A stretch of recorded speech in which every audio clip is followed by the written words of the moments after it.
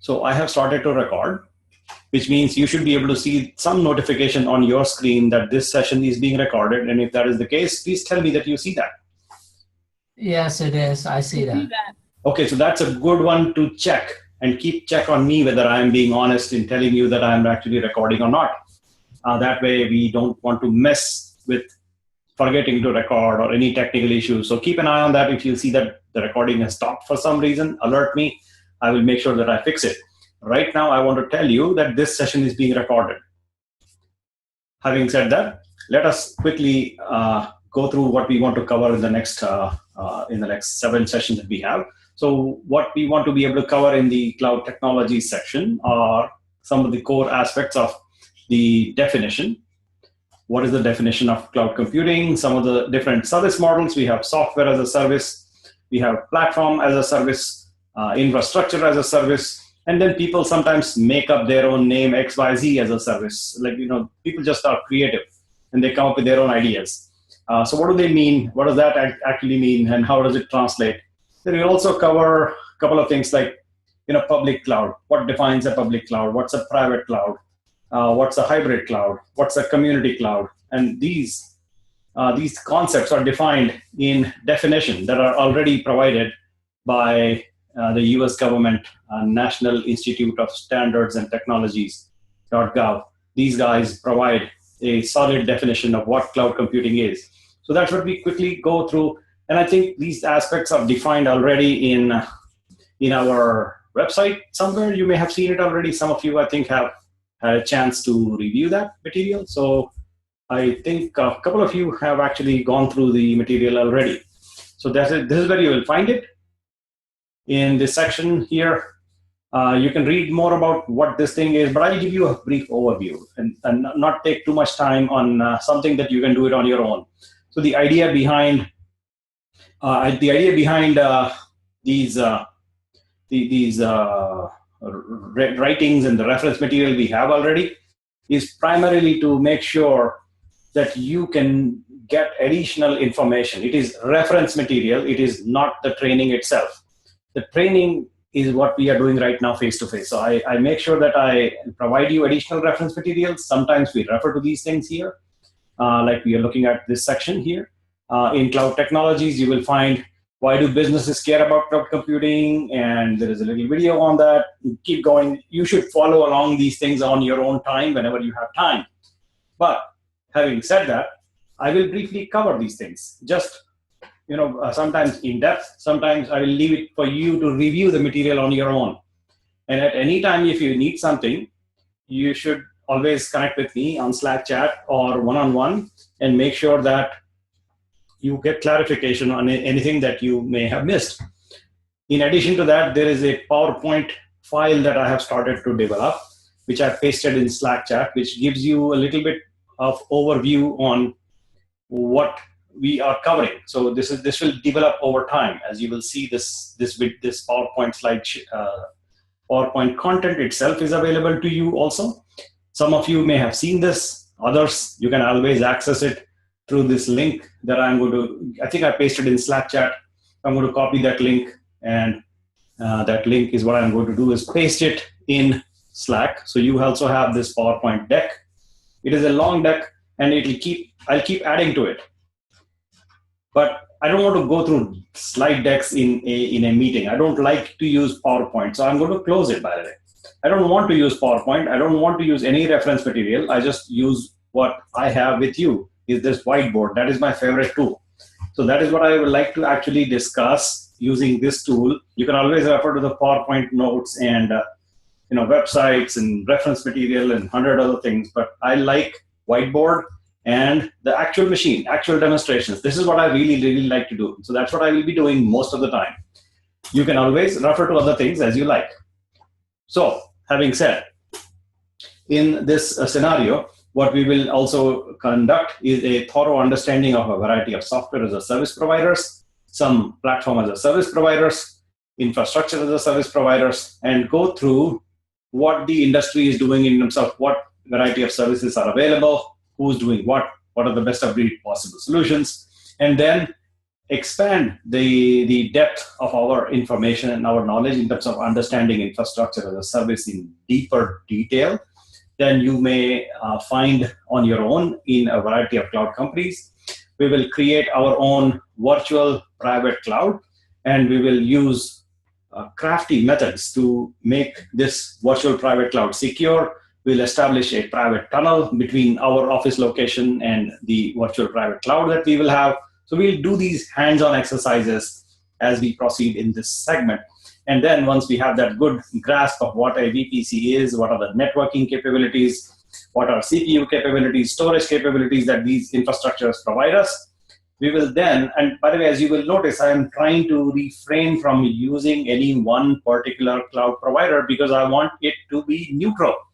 The idea behind neutrality is we don't care whose companies and what solutions we actually use, as long as we really understand the core concepts, which is the three fundamental things. The three things that brings to this infrastructure aspect are compute, storage, and networking. So compute, meaning the CPU performance, storage as in disk performance, and the network as in the Ethernet or Wi-Fi or other type of networks connectivity you might have, depending on what capabilities the infrastructure provides. These allocations is what we focus on in the infrastructure stack and create virtual private clouds, public clouds, and things of that nature. And then we go into extensive on developing our own platform as a service. We want to run our own PaaS on top of infrastructure as a service, and we will do that in this very segment, in the cloud technologies segment. So it will rapidly start getting deeper and intense, but I want you to not get afraid, because I am always there on Slack chat to help you if you get stuck, if you do not understand. Please make sure to contact me and I will help you. At times I do rush. So if you think I'm rushing, slow me down. If you don't slow me down, I will have no idea. And so I depend on you to please tell me that, Nilesh, please slow down. If you don't tell me that, I will never find out. So that is one of the things that I rely on you to keep me at a pace that you want me to be at. And I am flexible. I don't mind interruptions. I don't mind you telling me do it again and do it again 300 times, as long as you don't bore other people. I'm okay with that. So I have no problem. Now, having said, let us now go through this quick review of what we did the other day. The other day, we sat on this workstation, right? We have this workstation here, and we connected to some cloud. And there was a droplet, as they call it, right? So we were able to do this. But then here, what did we get in this droplet? We said we are getting a $5 per month droplet, but what does that mean? What does that mean, $5 per month? What are we getting? That's the question that I want to answer. So I would actually encourage somebody else to tell me, what did we buy when we get this Anand droplet? What are we getting? We get 512 MB memory, 20 GB of disk in San Francisco. That's what we are getting, right? And so it runs Ubuntu operating system. And you can access it through the console right here. You can reset the root password if you don't know what root password would be. So if you reset the root password, it will give you in your email, you will receive a new root password. But we never have received any password because we chose to use a key pair. So it never gave us any password. We don't even have a password for this machine. We don't need one. Next, power capabilities. It has a capability to power off. You can actually virtually switch off the power. You can power cycle the machine, like, turn it on again after you turn it off. You can resize the machine, make it bigger. When you make it bigger, your bill becomes bigger. So right now, the size of this machine is $5, as in 512 MB RAM, 20 GB SSD, and 1,000 gigabytes of transfer. You can make it a little bigger machine and say, okay, the machine will become actually bigger when you click the resize button down below. The machine becomes bigger, and it will be permanently increasing the size of the disk, CPU, and RAM. And you can go as expensive as they let you do, so like $640 per month. For that, you can get a gigantic machine of 64 GB of RAM, 20 CPUs. This one, $5 one, has only one CPU. But a variety of disk sizes are available, variety of RAM sizes are available. If you create the droplet again, you will see these sizes in a much more clear fashion. For example, here you get only one CPU. Here you get 20 CPUs. So you get to see the fact that these companies are letting you choose compute, storage, and network capabilities of the machine infrastructure that you intend to deploy in the droplet. It is similar to you buying a bigger computer. So for example, here in this machine that I'm looking at, I'm going to look at my system preferences and find out what machine do I have. I will see that in this Macintosh, my computer has 4 GB Intel Core i7 processor, 32 gigabytes of memory, some graphics processing, 4 GB of memory graphics. And then we have displays. We have two displays connected right now. We have some storage connected. There is a 500 GB of flash storage, some external flash storage, more firewire disks, and more network connectivity of disks available. There is memory availability of 32 GB installed, and like that. So out of this hardware that we have, what I have done is created a smaller machine. For example, you may notice that I have this virtual machine that you're looking at constructed out of my existing hardware. What does that boil down to? Let's see. So there is a, give me a second. In your computer, if you have a bigger box, and if you carve out a smaller box out of it, and you can keep going until it remains usable, and that becomes the smallest usable size of a partition you can make out of a big box. And you can keep dividing the box into smaller and smaller and smaller and smaller as long as it is still usable. And so an example would be, this is a 500 MB, 20 GB, one CPU kind of a machine that you can use for $5 a month. That's the example, but in reality, this cloud company, DigitalOcean, DO, they must have big computers out of which they partition, divide into smaller parts, and give us these little boxes for rent. So essentially what we are talking about is, it is rent. That is what we are doing. We're not buying a machine. No, we are renting it for $5 a month. Whereas if you want to buy the machine, it becomes expensive, right? It is not going to be this price. It will probably be much more.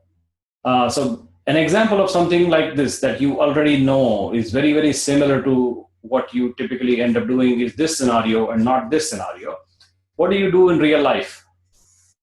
When you give me examples of when you actually rent versus buy in real life, not related to computers. What do you do? Any examples?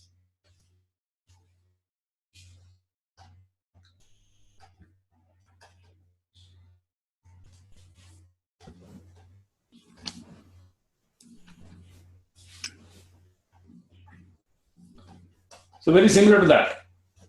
Renting, sorry, oops. This will be buying a house, buying a car. So imagine you want to buy a car. Let's check out car pricing.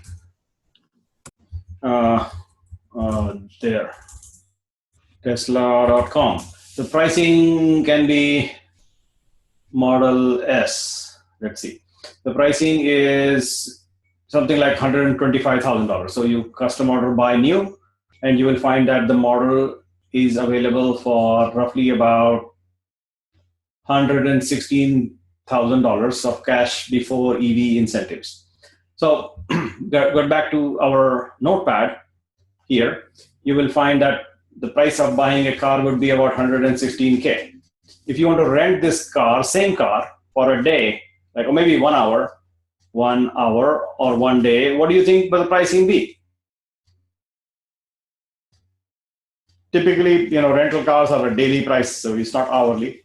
It's a daily price. So maybe $400, $500 approximately is what I suspect will the price be for a rental for one day for this car. And that's the kind of affordability you will see when you are renting cheap machines. You're renting essentially a small portion of, sometimes a bigger portion of a machine, depending on what size you select in the service provider. And that's what you saw in the example here. So you have a variety of sizes, and you can select whichever size you like. Similar to this, if you look at another cloud provider, let's pick somebody else. So here we go. We have another cloud provider coming up, aws.amazon.com as another cloud company. And they have, I'm going to log in here so I can show you exactly what I'm talking about, Management Console. And here I'm going to log in. And then I'm going to type my second factor authentication step, which I think is available somewhere in another application. So I will go and find out what is my password, or the second factor for Amazon, and that is right here. So I will paste that, save it, and it should let me in. It did not work. So I'll get a phone verification and actually get it to log in, which is what I'm doing right now, waiting for a phone verification. And now I have it in my phone. So I'll take that from the phone, paste it, and let me in. And let me in again. I think something is wrong here, but let's sign in. And it let me in. So now I'm connected to my Amazon Web Services console. And it can be daunting to look at the plethora of examples you have. It's a huge collection of services that Amazon provides, as compared to DigitalOcean, which was really small and sweet and simple, right? You saw it. It was really simple in that, you know what you're doing, you're getting a machine, and off you go. So you create a droplet, you get the operating system, you choose a size, you choose the building location, the city, the data center location, Singapore or Amsterdam number 2 or Bangalore or whatever. And then you provide your key pair, the public key like this, Badal, and then off you go. That's how many machines you want, give it a name, and then you create the machine. That's how simple it is, which is beautiful. Except not every cloud provider is as elegant as these guys. That's the unfortunate part. Now, having said, we need to understand what other providers do and how similar or different they are. And by the way, you just saw me delete my droplet, which is exactly what you should do when you don't need one. So I'm now going to go back to our Amazon console here, and you will watch the amount of complexity that you will see here is sometimes daunting. But I would like you to stay focused on only one button here, only one, and that button is the upper left corner, this one. And this button is the EC2 button. EC2, Elastic Compute Cloud, that button, this one. And go in there. If you have an account, that's great. You can play with it right along with me. If you don't have an account yet, I would suggest that you follow this link, which has a bunch of coupons for you. That link I'm going to paste in Slack chat one more time. And that link is coming up in Slack here. So here you can actually find that Amazon will give you 1 full year of usage for first-time users. So if you're a new Amazon user, and you go to this link, Amazon will let you create an account and let you use a machine for free for 1 full year. What does that mean? It is like 730 hours of every month, which is basically all the time. That's what it means. So that's the usage that they allow in this link. So if you go to that link and find out what Amazon is saying, they're giving you a free tier service usage. So 750 hours per month, you have enough, 12 months, if enough time, ample time for you to run one T2 micro machine all the time. And that is what most people actually do to learn what Amazon provides, which is what their program is, to give you free access. So make use of that. But once you have that account, come back here. And in EC2 is where you will find analogous examples of what you saw in DigitalOcean. Elastic Compute Cloud basically is a place where you can get rental machines. It is elastic in that it can grow and shrink. It can become big and small, just like you saw the DigitalOcean thing right here. You can see that these droplets that you want to create, you can make them big, you can make them small based on the size you choose. Now, in your Elastic Compute Cloud, when you try to create an instance, by the way, EC2, Amazon will call it instance as opposed to droplet. So these guys, they call it droplet. These guys call it instance. And some other companies will call something else. So I'll open up another browser, new tab, and go to Google Compute Engine. So Google Cloud. So cloud.google.com. And they will also do the same thing, by the way. There's nothing different, except they all look very different. But underlying thing is the same. Let's look at that. So we are going to go to the console in Google Cloud. And Google Cloud also gives you some free services, so make sure to use them. I don't have those free services anymore, but you do. You likely do. So in this example, when I go to my dashboard and I will say I want to go to Compute Engine, and here, these guys let me create an instance. So I create an instance. And here, I have to give it a name. So I'll give it a name, Cloud Genius. And then I have to select a zone. This zone selection is pretty much similar to what you saw, Amsterdam, Singapore, Bangalore, blah, blah, blah, whatever you saw, except Google doesn't even tell you what do they mean by US Central 1C, because they are hiding it from us. They don't tell us where exactly that machine will go, which state in the US. They don't tell us that. US East 1B, 1C, 1D, 1A is missing, but we don't care, because they are giving me as a user only these three in East: 1B, 1C, and 1D. That's it, VDC. So certain regions are available for me, certain others are not, but I don't care too much. What I really care about is that is that region, is that zone in geographic proximity to where my customers are. So that's the zone selection. So if my customers are in Europe, I will select one of these three guys, B, West 1B, West 1C, or those guys. So I'll select, say, this Europe West 1C. That's my choice. In machine type, I will have a choice. So this is me selecting how many CPUs I want, and also how much memory do I want. So I can customize it, and the pricing will show up here in this section, like that. Similarly, you can select which operating system you want. So to begin with, they're giving me Debian Linux. I can change it if I like to another image. Like I would like to say, I would like to get Ubuntu 14.04 and select. So then I get Ubuntu. And here, whether it'll allow me default access or set access for each API and allow HTTP access traffic, HTTP traffic. We'll talk more specifically about the firewall related things. And then you get to click the blue button, which will create a new machine for you in Google Cloud. Same thing here in Amazon Cloud. You launch an instance, and here they'll ask you to choose the operating system first. So I'll go scroll up and find Ubuntu, which is what I want. So I'll select it, and then I will say I need a T2 Micro free tier machine. That's what I want, because I don't want to waste money. I'm going to use the free tier that I have. So I'll select that one, and then I will review and launch. And that's exactly what it will do, is start a new T2 Micro size machine in Amazon using Ubuntu OS.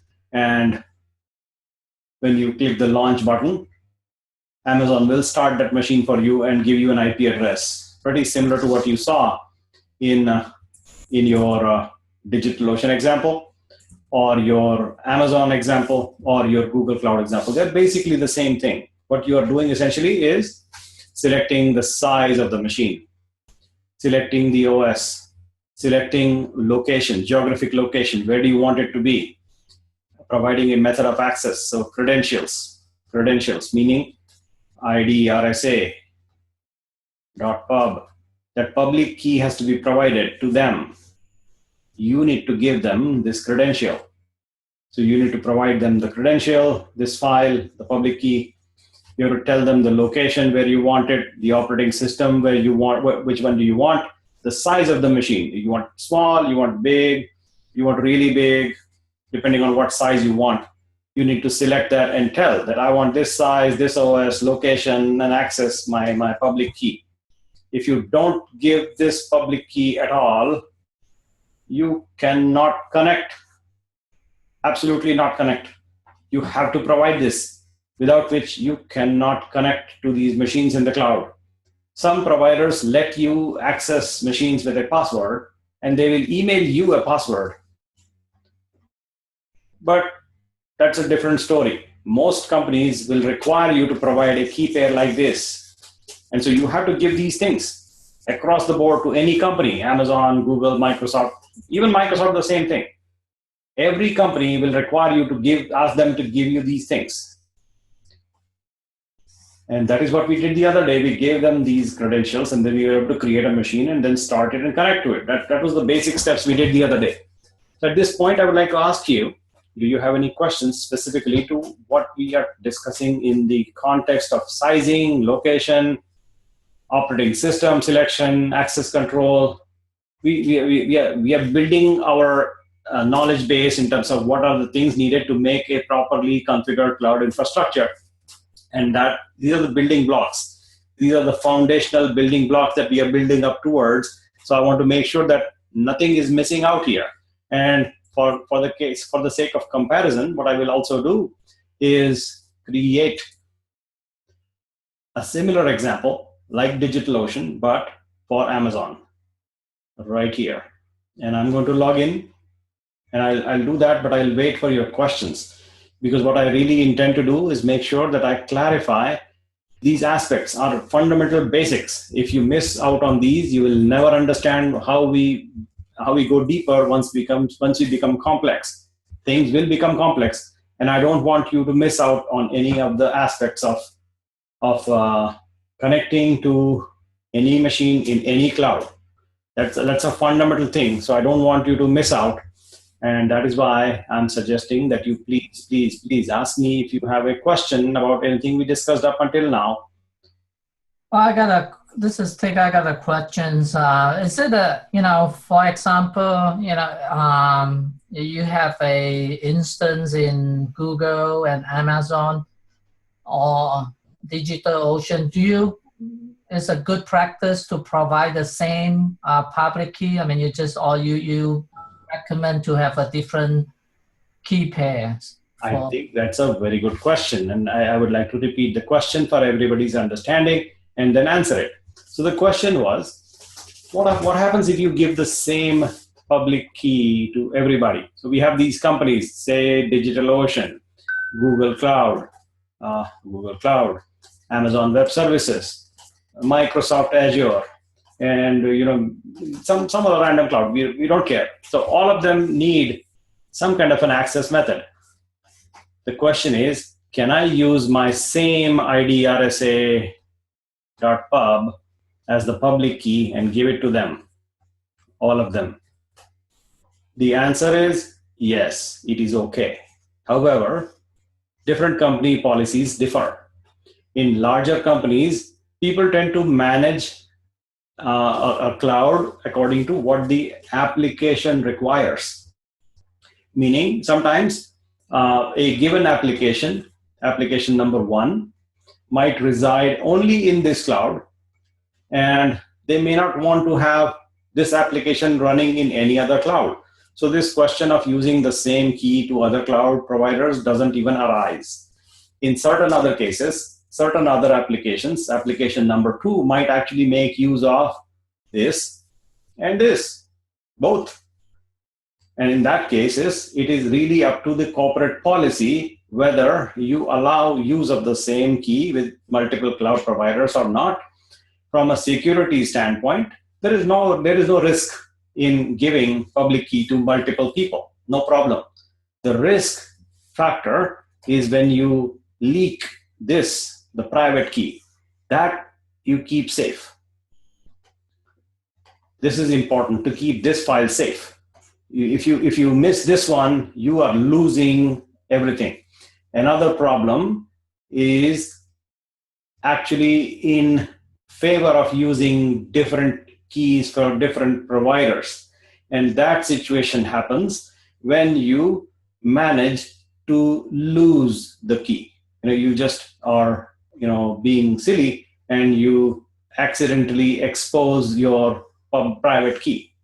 And by doing that, you are essentially exposing not only this cloud, but also this cloud, because the public key is already there with everybody. And now you have managed to be idiot and exposed your private key. In that case, you're vulnerable to multiple cloud machines, which is not what you want. So from an exposure control perspective, it is ideal to limit. And even the idea that I actually recommend is to rotate key pairs. And by rotation, I mean a very, very simple thing. It is, so imagine this thing. So a key pair is like undergarments. And undergarments you do not share with other people, right? Don't share. That's a simple principle, right? Don't share it. Otherwise, you know what happens. So don't share. Great. Another thing is you rotate, meaning you change every day, right? Change every day with shower, right? That's a good thing you need to do with these things. So you do the same thing with key pairs. You rotate them every so often. So my recommendation is to rotate your key pair.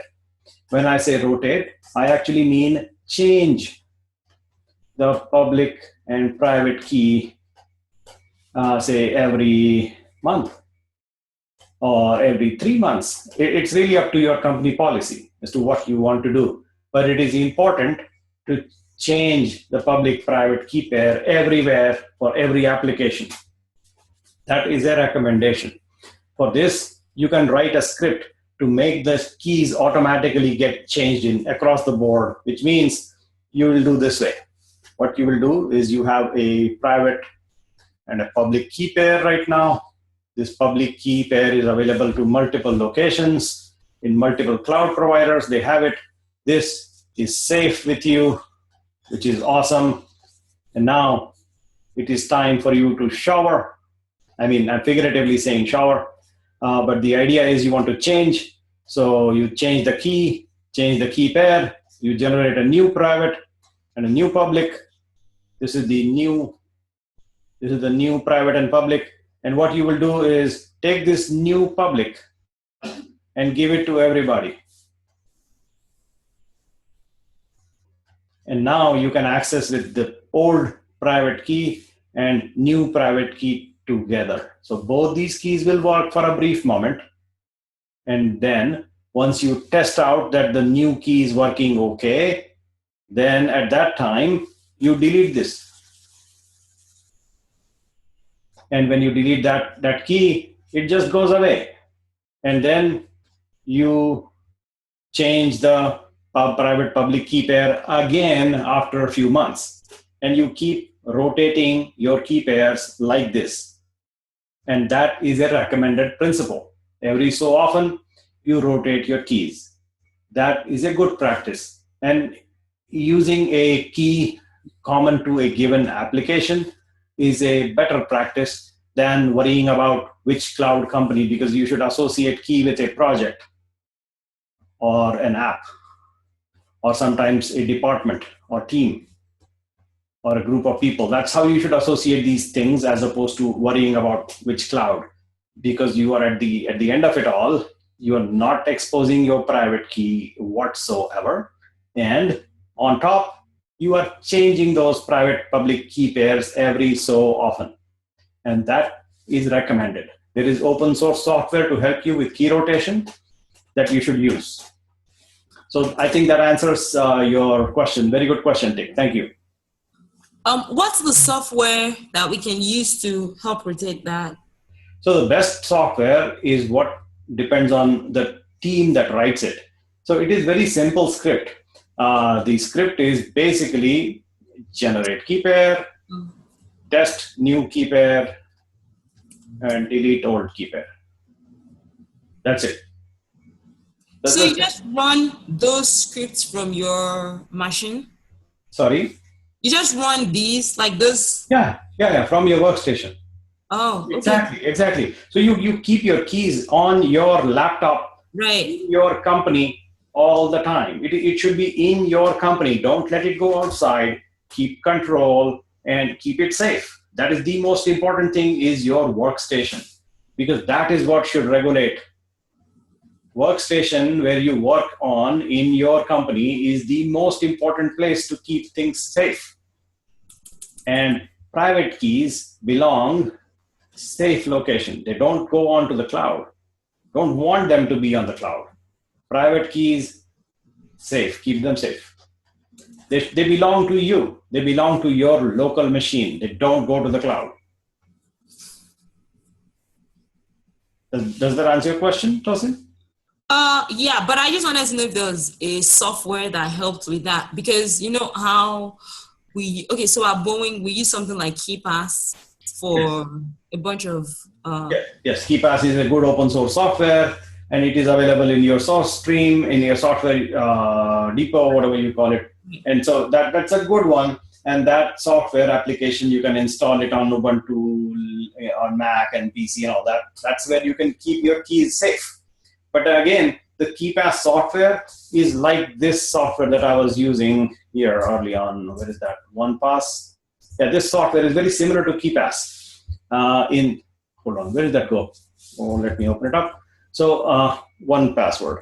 This software is very similar to KeePass. Let's go look at KeePass also. So this software, KeePass, is an open source software, and it is available on all the operating systems. And that's a good one to keep your keys safe, no doubt about it. It looks like this. But again, these things are sitting locally on your laptop, desktop, workstation, inside your company. It does not go out. Right? Right. So that's one way to manage it, manage security. That's a critically important thing to do. Don't underestimate that. So, I'll give you some examples. Sony has a PlayStation network. And if you happen to read news about Sony, some people in Sony PlayStation network, they managed to lose their private key. What happened as a consequence is that the entire database of users of Sony PlayStation network, along with their name, addresses, credit card information, shipping address, everything, that public information, the private information, is now available on Pirate Bay. Right? This is not what you want for your company. Right. The silly thing that happened was somebody managed to lose the private key. That's a stupid thing. Another stupid thing happened was, again, this time Sony, and I'm not bashing on Sony, but Sony managed to install rootkit on their laptops. And they sold this laptop. And rootkit, you can read rootkit as what it does. Yeah. Rootkit. So rootkit, not the rootkit on Sony. Let's go Sony. Why am I not able to see it? Hold on. Yeah, Sony rootkit. So there are news on. So here we go. So there's a Sony copy protection rootkit scandal. So they installed rootkit to basically snoop on people's keystrokes. What are people doing? This software boots before the operating system boots. And Sony managed to do that. And that was a bad thing that Sony did. And ever since then, I have never purchased a Sony product. And but having said, it is critically important for you to protect your machines on which you are managing your private keys. That's what I'm basically saying, is that don't mess with this. Otherwise, you will end up like a situation where PlayStation Network or Rootkit Fiasco. And there are many more examples you can see in news where people are doing silly things, such as losing the private key and being just exposed to the world, which is exactly the not the thing you want. And a protection for that, rotation of keys. So change them every so often and keep yourself safe. Test them before you throw the old one away. So generate, test the new one, delete the old one. That's the procedure you follow. Write that in a small, simple script. Or there are examples. I'll come up. When we'll come to that, we'll write an example like this, and we can automate these things also. So we'll work through that. But think clearly in terms of how you will rotate. Is you do not delete the old one before testing the new one, and you're doing this every so often. That's a good practice to manage. Another key thing to remember, which is what you will see just a moment as I will show you another example. In this, where I'm about to log into Amazon, and for which I need to grab my my token. I think they have given me a token, which is what I'm going to grab that token. So give me a second. I think my token expired. So this token expired, which I got an SMS from. So I'll go grab one more of that. So here we go. I'm going to say did not receive the code, and I'll say send me the code again, and I'll use that code to log in. So here we go. We are expecting a code coming up. That is the code. So we copy, go back to here, log in, and say sign in. I think my password timed out. So we have to do it again. yeah. No worries. We'll do it. No big deal. So is it a good practice to create the second step verification process? Absolutely, yes. It is a no-brainer. It sounds like I know it's no brainer, but it's messed it up a lot. Even I have been using it, and I have to delete through the Amazon customer service. I know, but get back on. It is a great idea to enable double factor authentication, and I'll briefly show you a couple of things to help you understand how you can simplify it. So I will. The reason it is difficult for me is because I am using a virtual machine. But if you are using a simple plain computer like everybody does, it is actually pretty darn easy. So I'll show you how. I am doing it with the Google authentication app that I download in my cell phone. So then I can create, second step verification code. Correct. So that is what you should do, no doubt about it. But there is a simpler method beyond Google Authenticator, which is what I am suggesting, and I will show you that in just a minute. So here, what I was talking about is called YubiKey. This, you don't even have to generate anything, and it is just a key you have to touch. So the key is like this. It looks like this, and you touch this yellow thing, and that's all. It automatically does it. Completely automatic. You don't have to type anything, it just works. And that key is available from GitHub and multiple other places, but that you have to buy it. But this is a good solution. The industry is evolving. You don't have to remember these numbers and type them and all that. It is coming along. In Chrome browser, it is available as a fully developed product. So as an example, here is Chrome. I'm going to log out of Chrome. So here I'm signing out. And you see I signed out completely. Right? Like the portable thing? It is portable. And so you can see that I'm going to completely erase all my, where is that? So Chrome, I'm removing everything. I have completely logged in. Let us now log into Gmail. And here I'm going to type my password.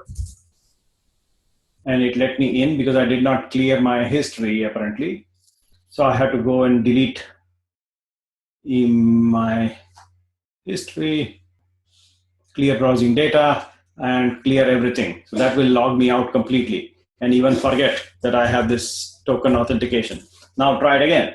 See, watch this. What is this? This is not what I want.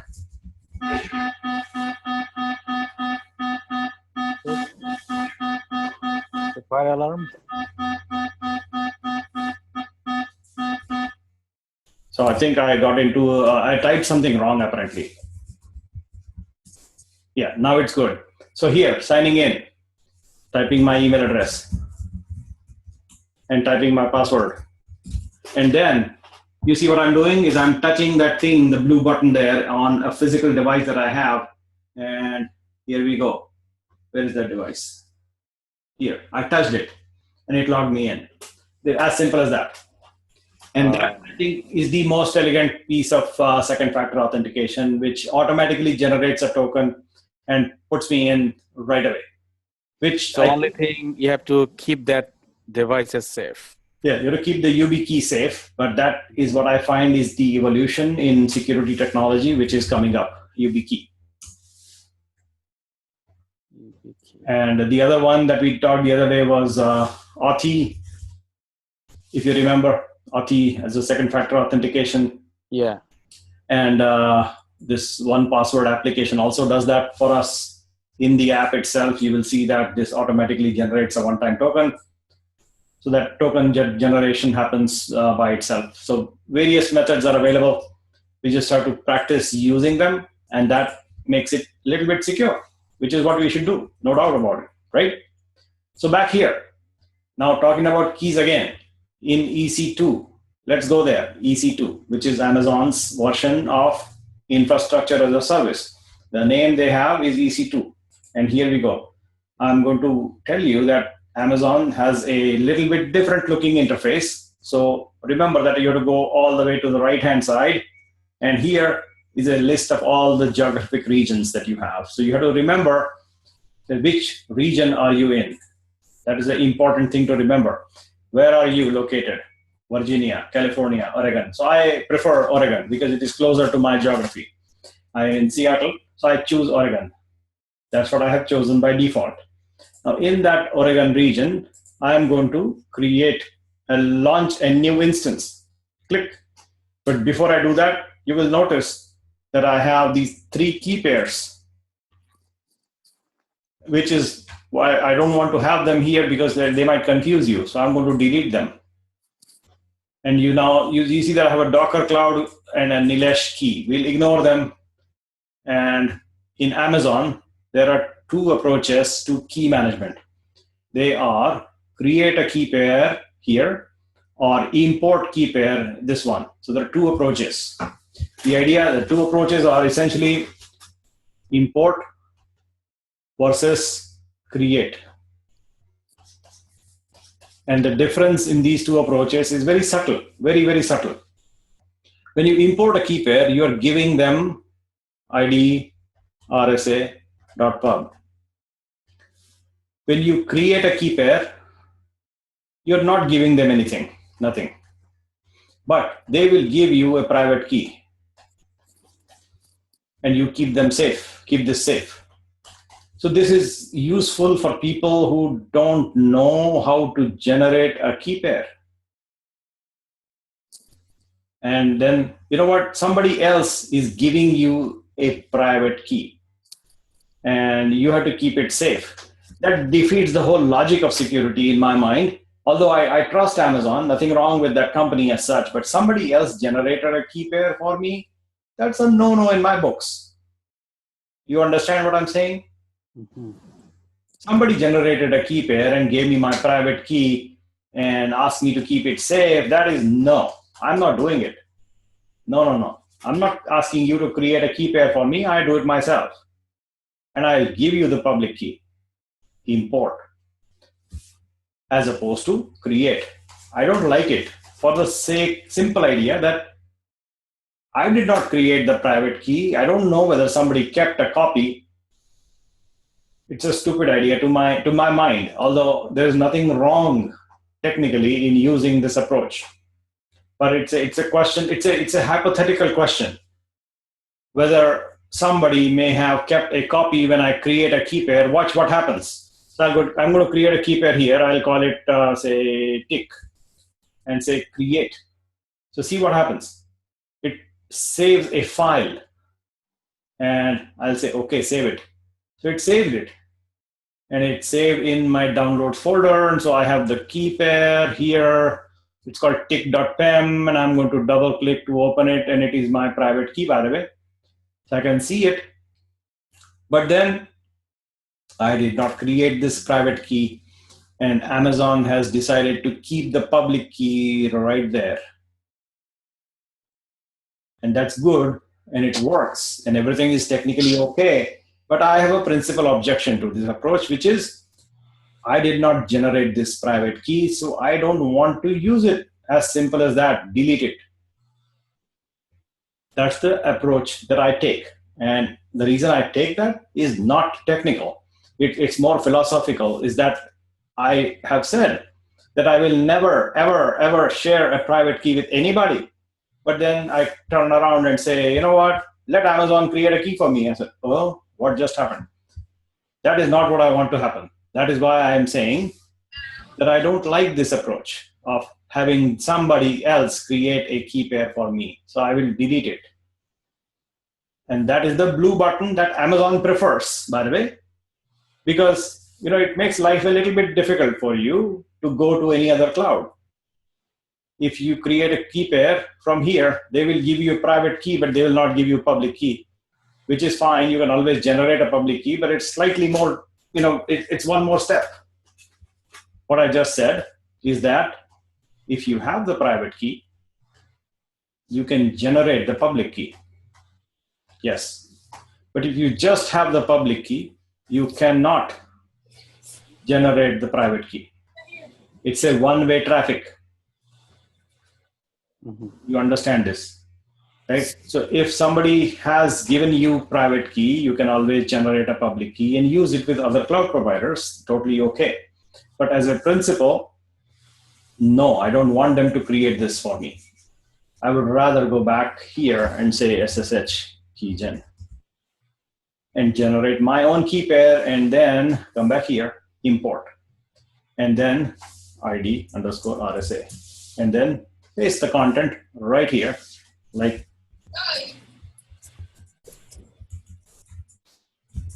this.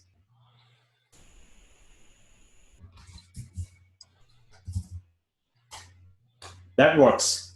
And that I gave them my public key, but I never told anybody what is my private key, because my private key is mine. Nobody else needs to know that. That's the fundamental principle, a concept. It's a philosophical discussion.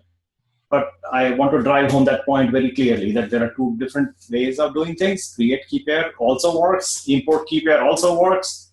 But this is my preferred method. You can, sorry? It's a more secured. Yeah, you control your destiny. That's what it means, right? It is not, you cannot say actually it is more secure. It's just a question of saying that I know for absolute sure that my private key is actually private. That's it. There's no less or more security. You're basically, when you say it is less secure here, you're doubting that Amazon is a thief that's stealing your private key. That's what you're saying when you say it is less secure. But Amazon is not a thief. They're not idiots. They are smart. It's like your peace of mind. You import it, and that staying in your bingo. It is not less secure, by the way. It is not less secure. It is equally secure. It is just how you think about somebody else creating your private key. That's it. Okay. It is not less secure. Now, having created this key, I can now go back to my dashboard in EC2 and launch an instance, and I want to go a little bit slow. If I'm too slow, tell me to speed up. Here, I will select an operating system, select a size, T2 micro, and launch. When I launch, the blue button, launch, it says, select an existing key pair, or otherwise create a new key pair. I would rather choose an existing key pair because I already have this one, right? Okay, Nilesh, I have a question about. Yes. So you just copied your private key? No, public. Public key. Okay. Yeah, I think I should have named it properly. I think I named it wrong. So let's do it again. So the confusion I'm so is sorry. from the fact that I chose the name IDRSA, but I should have chosen the name IDRSA.pub. So delete. Do it again. I'm so sorry. I don't. No, you're right. It should be this name. Your remote. So you copy the public key. Okay, now I got it. I should have chosen the correct name. So now we are golden. So again, select a machine, select the size, T2 micro, review and launch. And when I click the launch button, it says choose an existing key pair and then IDRSA.pub. Okay. And I acknowledge that I have the access to the selected private key file, and that without this file, I won't be able to log into my instance. Yes, I know. Go ahead. And so it logged in, and it is actually starting the machine right now. So very similar concept, but a very different look and feel. As you can see, this instance ID is starting up with a T2 micro size in US West 2A, which is Oregon. Yeah. Oregon. It is in a pending state. The status is initializing. And right now, you can see that it is going to get a public IP address right here. And I want to make sure that Nilesh. Yes. One more thing I want to clear myself up. Yeah, which is a ID underscore RSA.pub.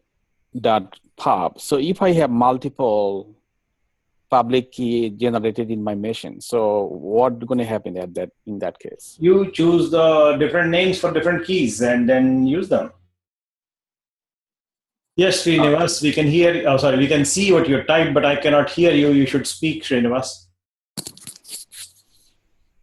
I think Srinivas is typing into chat and no, cannot hear you, Srinivas.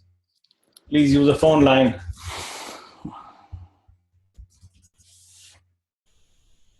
I will clarify on the .pem question. Srinivas has this question which came up when we were launching an instance, and we selected Ubuntu, and then we selected a T2 micro, and then review and launch. And then when you click the launch button, choose an existing key pair, which is what we are doing. And then I select IDRSA pub, and then I acknowledge. The question Srinivas has is, what is this? What is this? That's the question. We don't have this file, and we are acknowledged that we do. What is going on? So that is the question I think Srinivas has, which he did not actually ask. I mean, he probably said that, but his mic is not working. So the question is this, and so I will answer that question also. The question boils down to naming of files according to what Amazon thinks and what other people think. So Amazon thinks that the private key file should be named, whatever name you choose, .pub. .pem. That's the convention that Amazon has.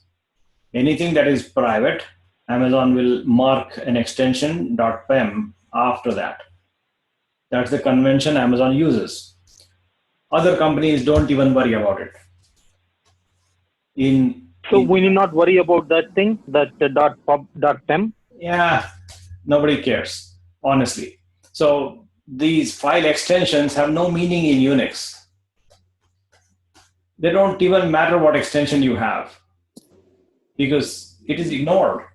Extensions are not valid, or not taken into account in the content of file rules. So whether you have the file name IDRSA or whether you call it IDRSA.Nilesh, it's still going to be the private key because the content inside is what matters, not the extension. Mm-hmm. Okay. That's the answer to your question, I think, Srinivas. Yeah, got it. Yep. Good. So back here, we now have access to this new machine that we started just a few minutes ago in EC2, and the machine has an IP address now. By now, we have one running instance. There we go. And in that running instance, it has an instance ID. It is a T2 micro size. It is in Oregon 2A. It is initializing right now. It has a public IP address right there. So we will take that public IP address in our copy buffer. So Control C to copy and Control Shift C to copy in terminal. Control C in terminal will break it. So we now have the IP address. We'll ping it. See if we can ping it. And Amazon has disabled pings by default, so it doesn't actually respond to pings. However, let us try to see if we can connect to it. SSH, and then the username at IP address, and then the -I option, and then the path to private key. Right? That's the approach I want to take. So. Right. In case of Amazon, the convention is, in case of username for Amazon, Amazon prefers the name Ubuntu for machines that are running with the Ubuntu OS. And the IP address is what the IP address we have from the dashboard in Amazon. And then we provide the reference to private key in the command as an argument. And then we hit enter.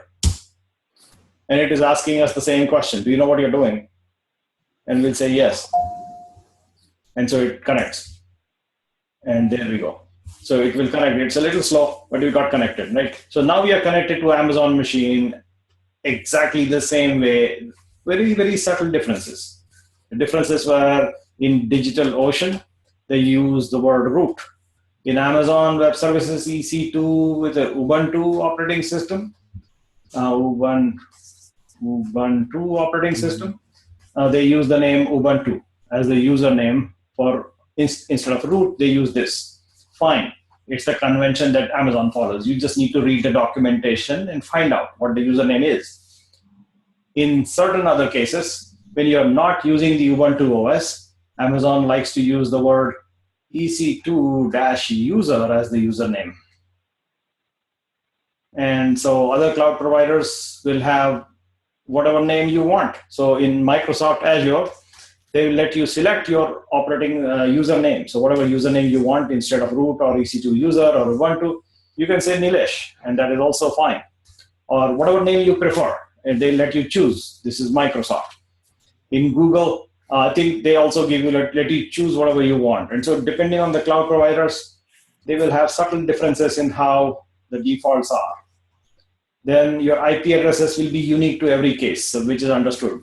The key pair concept is common to every Unix machine, which means you know what you're doing and generating these key pairs. You store them in this location, and that's the key pair we'll be using in our examples.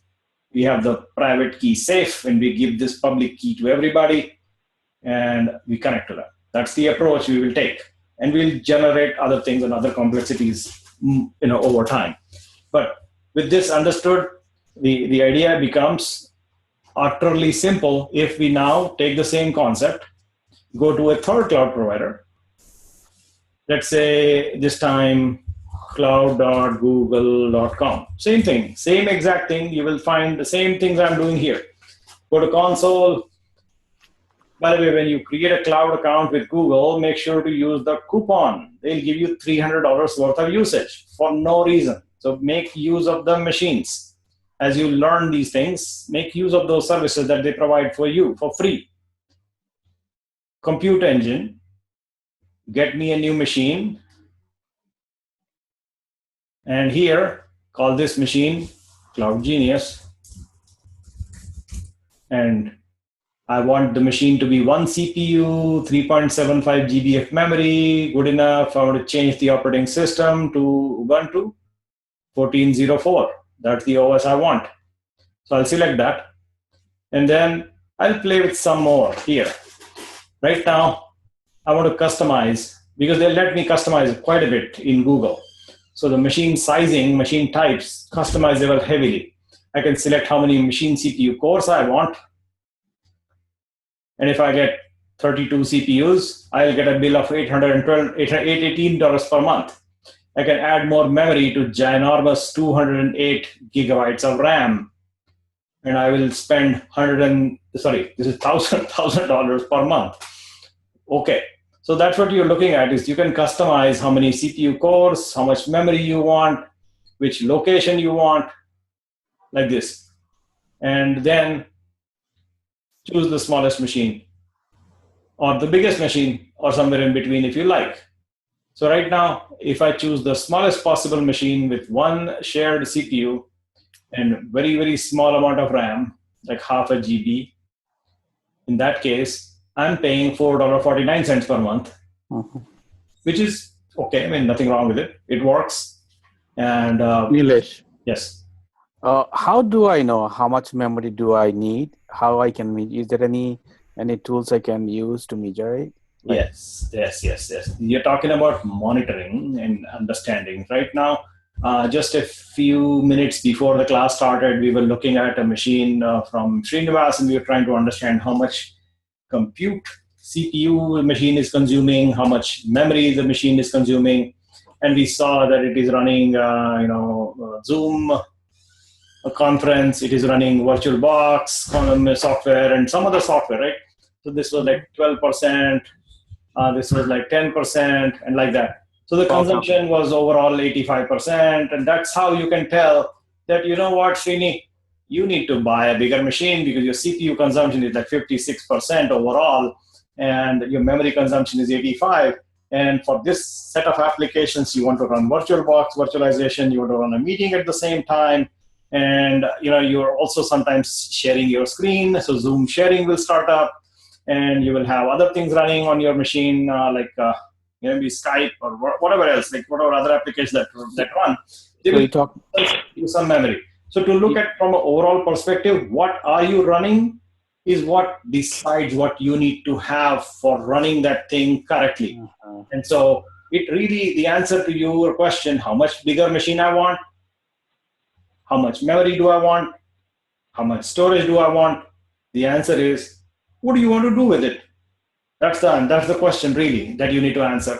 And then once you have that answer, you begin with the smallest machine that you think will work. Okay. And then measure the performance. And if you find that your performance is not good enough, you make the machine bigger. And if you find that you make the machine smaller, if you're wasting money. So I'll give you a live example now. Here, terminal. I'm going to connect to a real live computer that is running your Cloud Genius site right now. And let us see the performance of that box. So it is connecting right now. And let us try to see the performance of that box. And so we are looking at some activities happening. You see that it has 14 gigabytes of RAM and 2 CPUs. Okay. Now, why don't you, at this very moment, go and hit the Cloud Genius site, and you will see some numbers change. And I can maybe show it to you right now. So here, on the left half of the screen, you're seeing the measurement of what's happening in the machine right now. And on the right-hand side, you're looking at the Cloud Genius site opening up. Here we go. And as soon as I hit, you will see characteristics of this change. It did not show much change actually, because the machine has enough RAM to actually address your needs. So it did not impact much. But if all of us hit this site at the same time, you will see that this memory consumption will go up. You will see that the CPU consumption will go up. Right now, CPU is 2.6%, not much.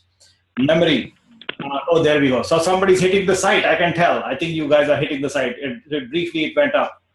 And so briefly, I saw that CPU consumption went up, but it came down again because you probably tried to hit the site at the very same time as we were speaking. So there we go, 33%, but again went down. So it peaks a little bit, but then goes down again. And so memory consumption is still steady at 1946. So by this, I can tell whether the machine that I'm using to run this service is actually okay or not. If it is close to reaching like a memory threshold, right? While for the purpose of this class, I added some memory to this box. So you see that it is at 14 GB RAM, but just a few days before the start of this class, the memory was only 8 GB. So I bumped the size of the machine just to address any hits that this site might get, because I felt that I need more RAM, so I just got a bigger box. Basically, I resized the box. That's what you do. That's what you end up doing in a real life situation where you have. Nilesh, could you show me how you get that screen, the monitoring screen? You mean this one on the left side? Yes. So this is a software called HTOP, and you can install it on any machine by running HTOP. It's an interactive process for Unix. HTOP. So that's what you can install, apt-get install HTOP. But if you don't have this HTOP, you can just use the built-in version, and the built-in version is called TOP. That also does the similar thing. TOP is running the process. Okay. So you can see that TOP also does similar thing. Yeah. Although I prefer HTOP, so I just use that. But it's a preference. There are so many tools available to measure. And so the answer to your question, how do you measure? What do you know? How do you need? How much do you need? Ask the application. See how much food you need for the person that is eating. Ask the people, how many rooms do we need in a home that I want to live in? Ask the application, how much RAM, how much horsepower of CPU, how much network capacity do I need for your application to perform correctly for my end user?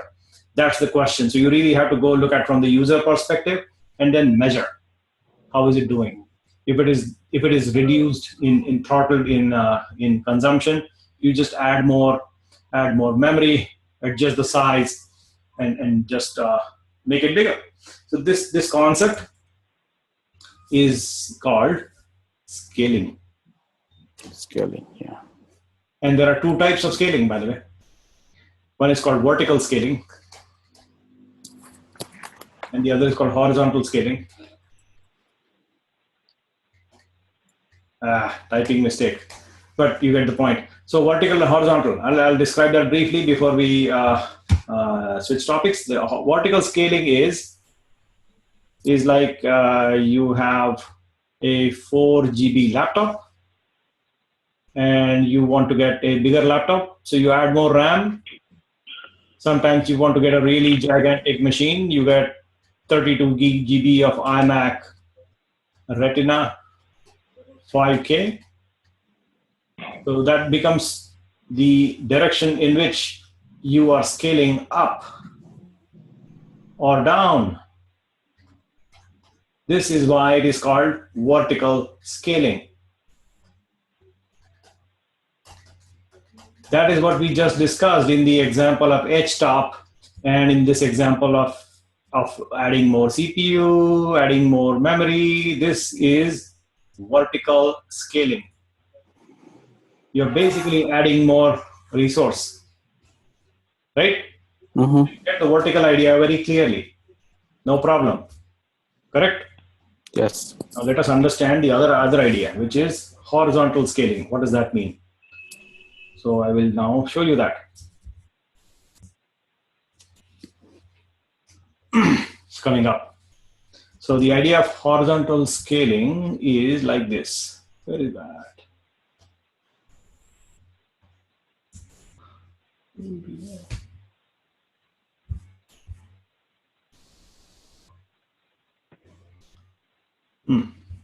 Okay, I will draw it. It's not popping up. So the idea is, if you buy a machine $5 a month,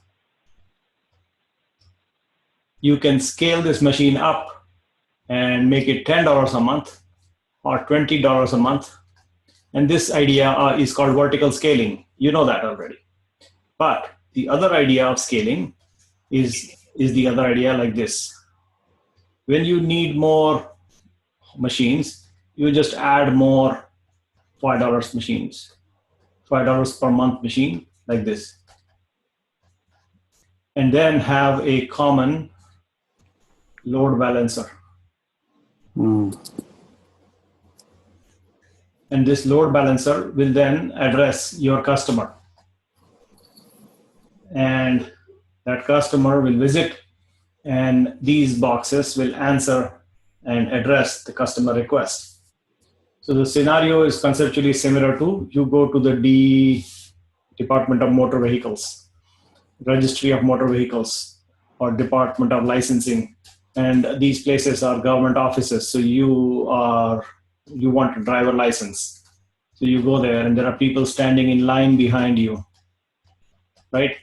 So you go there and stand in line and there are these officers, officer number 1, officer number 2, officer number 3. They are waiting for you. And there is this arbitrator who says, you should go here.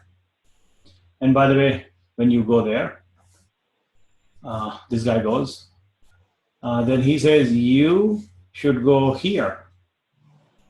And that arbitration happens through what is known as load balancing. And so if there are lots and lots of people showing up here, then what happens is that, people are waiting and complaining that, it takes too long to get a driver license. So what do you think this arbitrator will do? Or the supervisor will do? So the supervisor that sits in the back office, this guy, the supervisor, what do you think they will do? They will have lots of people waiting. So the supervisor will come and say, you know what, you officer number 4, go open one more desk and then service these people. And then the other people will show up here. And sometimes it's very, very flooded and crowded. You add more officers to process applications for driver license. And that's how you can quickly speed up and get rid of the queue here and send people back happy. And so this aspect is called horizontal scaling, because what you're doing is adding more smaller boxes across the board and addressing the load of customers. You get the idea? Yes. So this concept is called also scaling, but horizontal scaling. So slightly different, vertical and horizontal. 2 different types of scaling. And back to what we were doing, which is comparing with Google Cloud. So let's go small and choose Ubuntu OS and make sure that we are providing our keys. The same thing here, which is enter the key data, enter entire key data. That's what you want. They want us to do is paste the key. So we will go to our VM.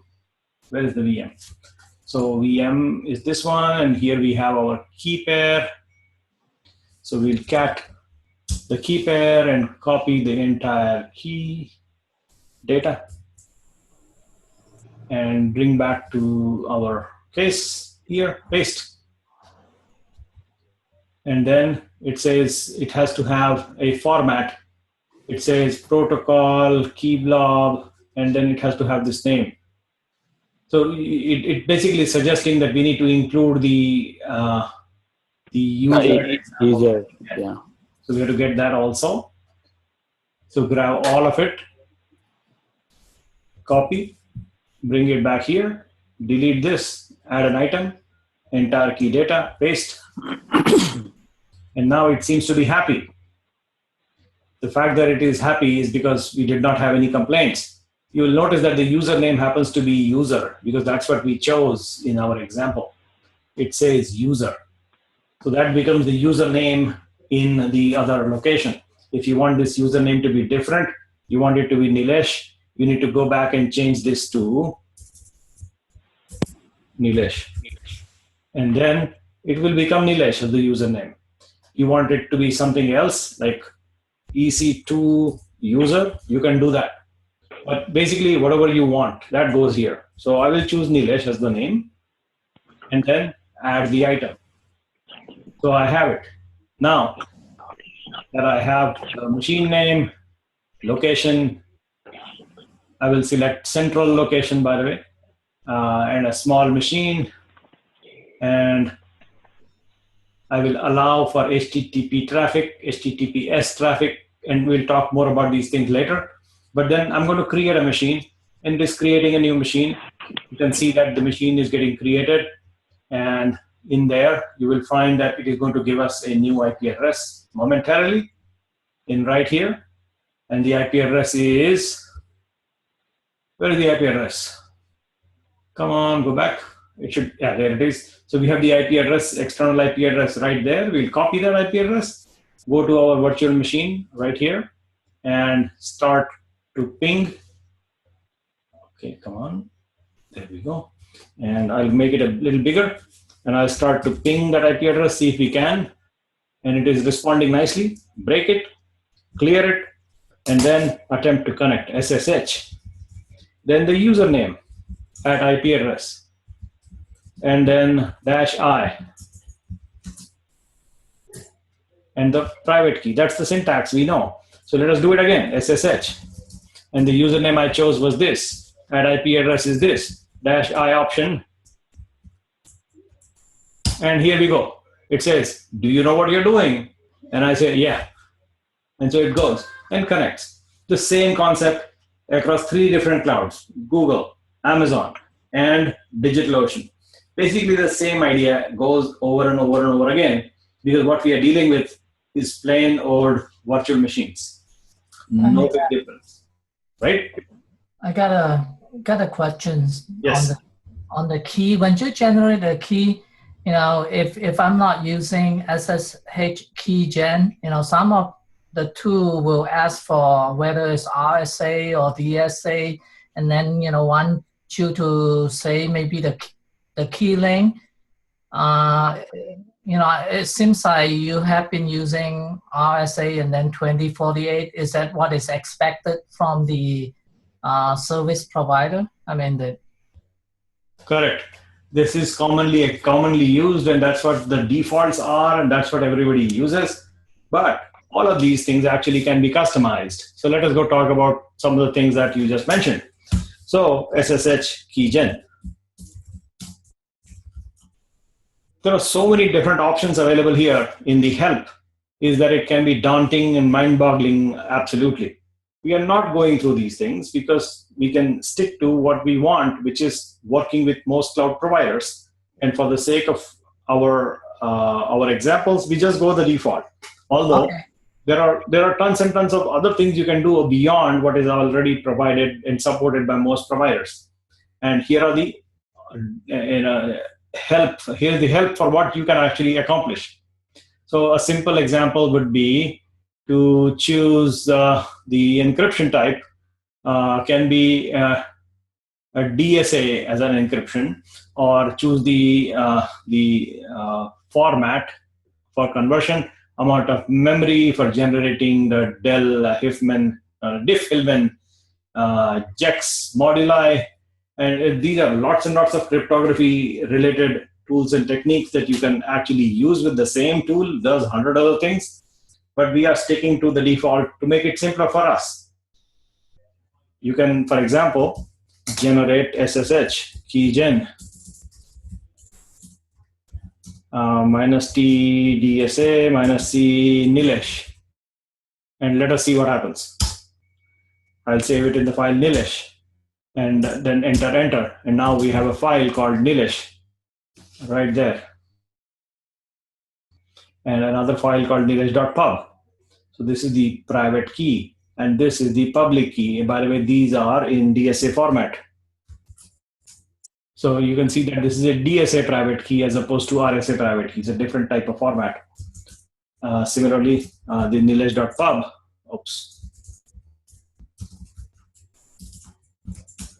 is this private key has a comment called Nilesh without an @ symbol or user at Cloud Genius. So that picks up. Another thing you will notice here up on top is the key is DSS as opposed to RSS. So you may have noticed that the other public key was a little bit different in the syntax here up front. And this whole thing is the public key, as you know, except this part, some people want, some people don't. So you have to worry about only this is the public key, by the way. That part is the comment. Okay, so that SSH keygen is fairly exhaustive. From cloud usage perspective, the defaults are good enough to work with. For almost every cloud provider, you will never run into a difficulty because everybody is following the same commonality, and SSH keygen will work. Having said that, I will delete these two files that I created, for example. So they're gone. Now back again. In our cloud, we have these three machines, 1, 2, and 3. So these three machines in Google Cloud. I'm going to delete them because, as I said in before, these guys give you free access to cloud machines, but there is no point in having you keep them running for no reason because your credit card is with them. And so you want to make sure to delete the boxes when you're done using them. Like I just deleted this machine in Google Cloud because otherwise they'll hit you with a bill and you don't want to waste money. And so remember, one more time, whenever you are done with a machine, you want to delete, terminate, get rid of, kill it, do whatever you feel like. After that, you kill it. So for example, here, Amazon machine, I will go right click on it and say machine state and then say terminate. So same thing, again, I'm deleting it, I'm terminating it, I'm killing it, I'm getting rid of it, terminate. And I'll say, are you sure? And I'll say yes. So it goes away. The machine dies. Same with DigitalOcean, I already killed it, I think. So it's not there anymore. So let's summarize. The summary from what we just did up until now is that we are able to create the same kind of infrastructure we need for whatever we are trying to accomplish, which is we generate a key pair, we generate some operating system selection, location selection, size selection, and provide them our public key, and then get an IP address, and then connect using our private key. And that's the commonality in terms of connecting to any kind of a machine out there in any cloud. That's the common approach that everybody takes, because at the end of the day, they are using some Unix machine somewhere, Linux machine, Mac machine, even Windows will eventually support this SSH approach. They are working on it, as I understand. It's not out there yet, but SSH will come to Windows pretty soon. That's the news. Windows SSH support is coming, as I understand. Yes, here we go. There was a news last year. So SSH is coming to Windows. Eventually, they will do it. So Nilesh, so you mean like Windows doesn't have SSH at this time? No, Windows does not have SSH right now. You have to add it by outside, from outside software. So what's the alternate mechanism in Windows? What's it called? The alternative is called WinRM. It's remoting. Okay. Nobody uses that, frankly, but it's there.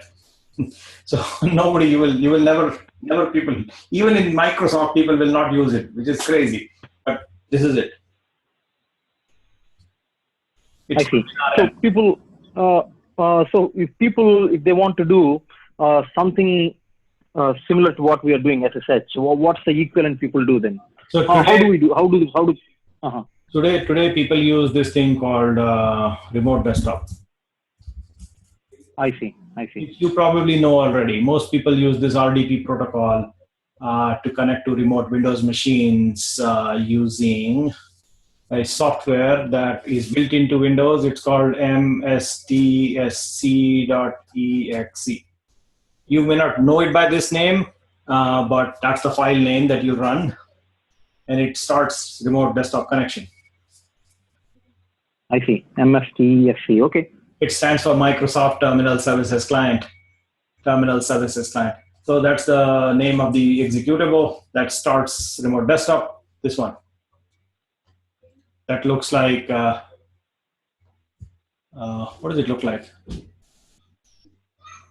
Here. Yeah, you may have seen this window, right? So this software is mstsc.exe. You've seen this window, I guess. Right? Yeah. Right. Yeah.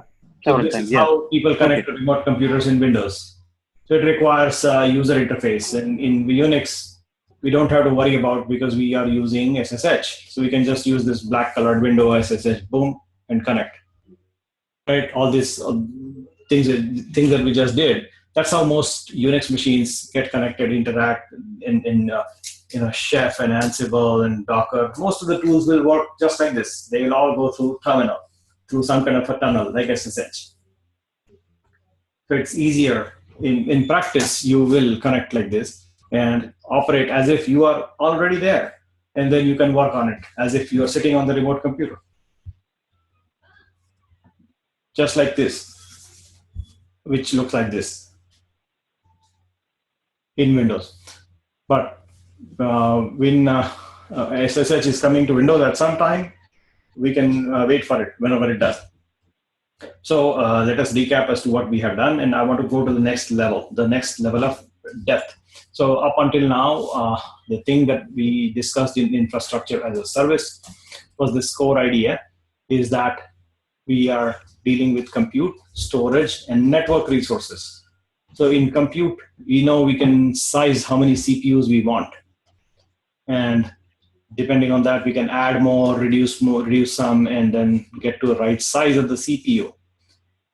And now let us discuss about the storage capability of that kind of a machine that we are connecting with. So you saw in another example, 20 GB SSD was the DigitalOcean droplet that you get for $5 a month.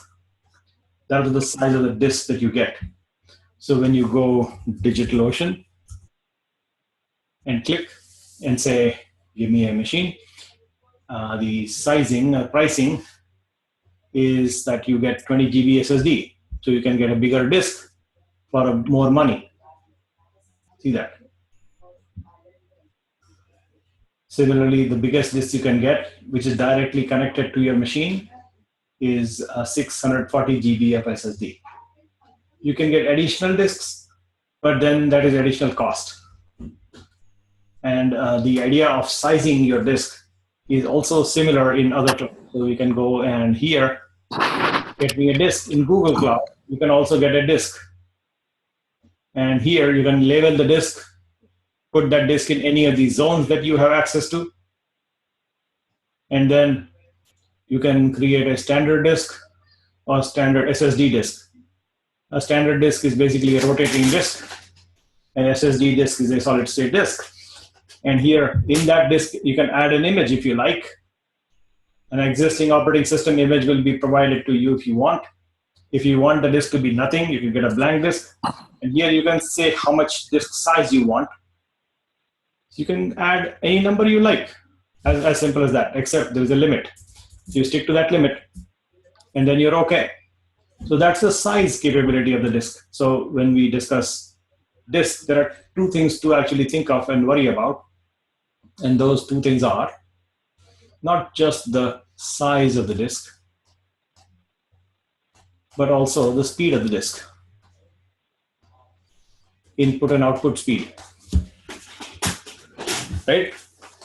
So in the example of a small disk, so for example here is a disk,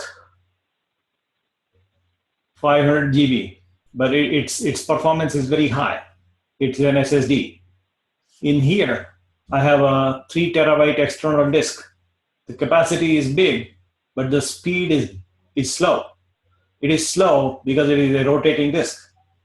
The same thing here is that typically you can get a fat disk or you can get a fast disk. If the disk is fat, as in big, it is likely, not necessary, but likely to be slow. And if it is a fast disk, it is likely that you are getting a smaller disk. And that's the kind of a distinction in terms of performance characteristic and size of the disk and speed of the disk is what you need to worry about. And by default, people in the cloud companies will give you some standard default disk size and a standard default disk performance. However, you can actually ask for a higher performing disk. For example, here, you can ask and request that I want to give me a higher performing disk.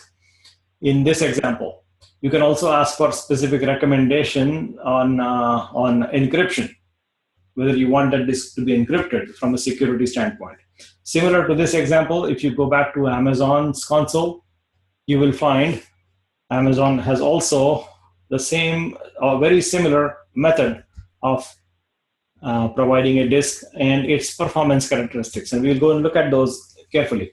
So again, going back to Amazon console, signing in, and I think I'm already logged in, so which is good. I'll go to EC2 again, and the same approach towards creating a new machine, launching an instance, selecting an operating system, and then selecting a size, T2 micro.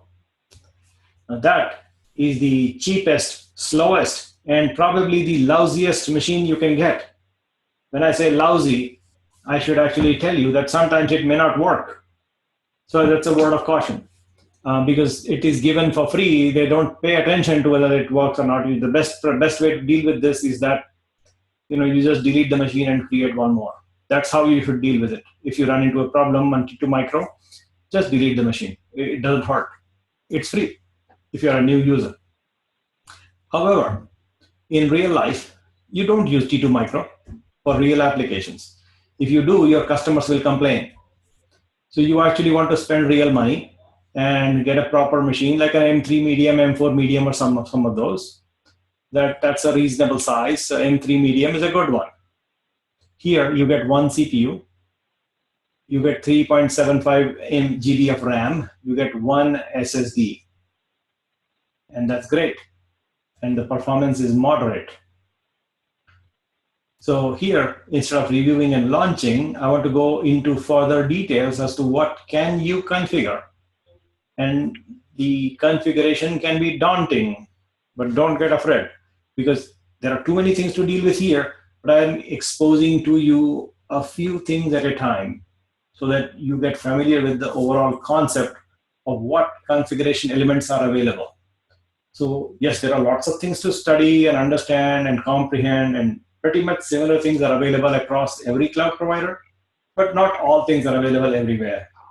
So in here, in this example, we are going to step-by-step proceed towards configuring the details of the instances, then adding storage, adding some tags, and configuring security groups, and then review.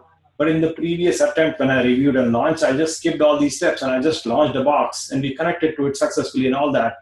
However, that was just to illustrate a point.